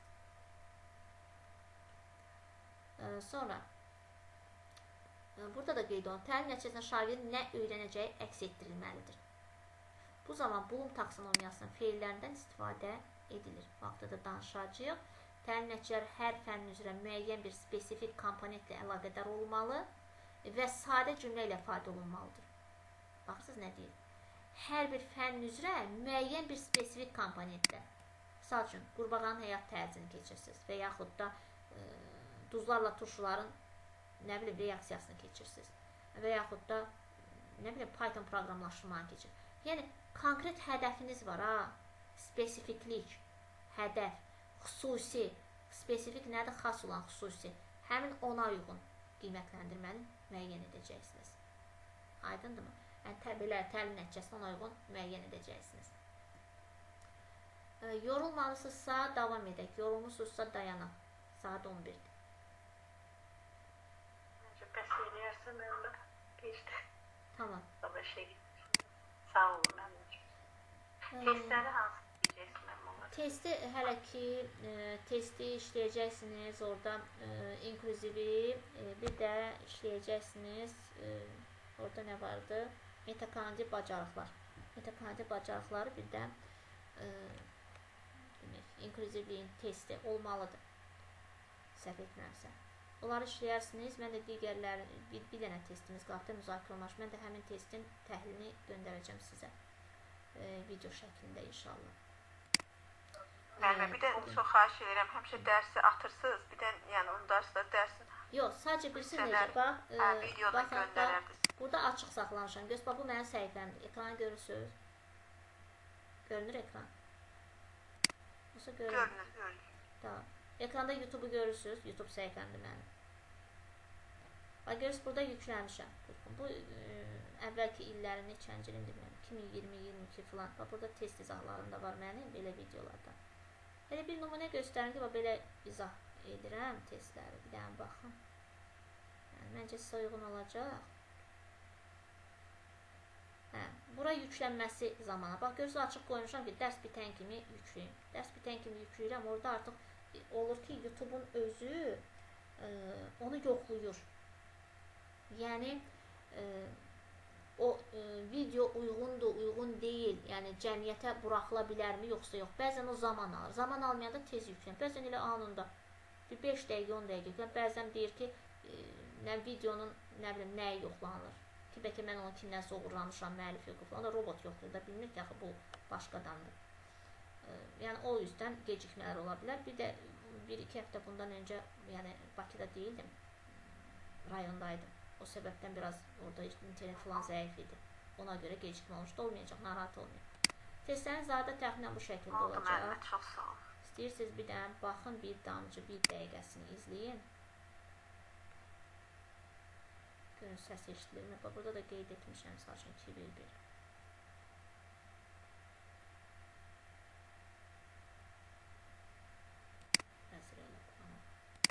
Və bizdən də bu sütundan yanlış götürməyimizi istəyirdilər. 4-də bəşəriyyətin ibtidai tarixinə aid ilk tapıntının neçənci əsrdə əldə edildiyini bilir, yenə də bilməli, faktoloji biliklərdir və spesifikdir. Doğrudur 4. Və bizə yanlış lazım idi bu sütundan. Demək, doğru cavab olacaqdır 1 və konseptual aididir, B konseptualdır. C-yə baxırıq. Verilən sözlərin mənşəyini müəyyənləşdirmə yollarını bilir. Səs Bir daha eşidilir. diqqətinizi burada bir məqama çəkməz səmkarlar. Demək, baxırsınız, B-də deyir ki, verilən sözlər... Səs eşidilir. Video səsini eşitdiniz. Gəldi biraz, bəli. Yəni, elə variant təhlil edirəm. O şəkildə. Mən təzə sayımdır da, onda elə o sizin sayımdır. Yox, onlar 2020, 21, 22, 23 müəyyən dəyişikliklər var ki, mövzular dəyişdikcə köhnələrə çox şey eləmirəm. Onu sad ataram hamısını sizə. Hamısı var orada, bütün izahlar var. Köhnə testlər də olar. Çünki ondan sonra əlavələr falan olunubdur. Demək, çərçivə sənədlə. Həmin əlavələrdə orada öz əksini tapmayın. Amma yenilərdə indi qeyd edəcəm onları. Bu qədər. Bugünkü dərslə bağlı kimisə sualı varsa buyursun. Hər hansısa bir mövzu ilə bağlı. Anlaşılmayan bir sizə varmı? Çətinliyiniz varmı? Varmı? Yoxdursa, o zaman gecəniz xeyrə qalsın. İnşallah 5-ci günə qədər. Sağ olun. Bir də görüşmək. Sağ olun.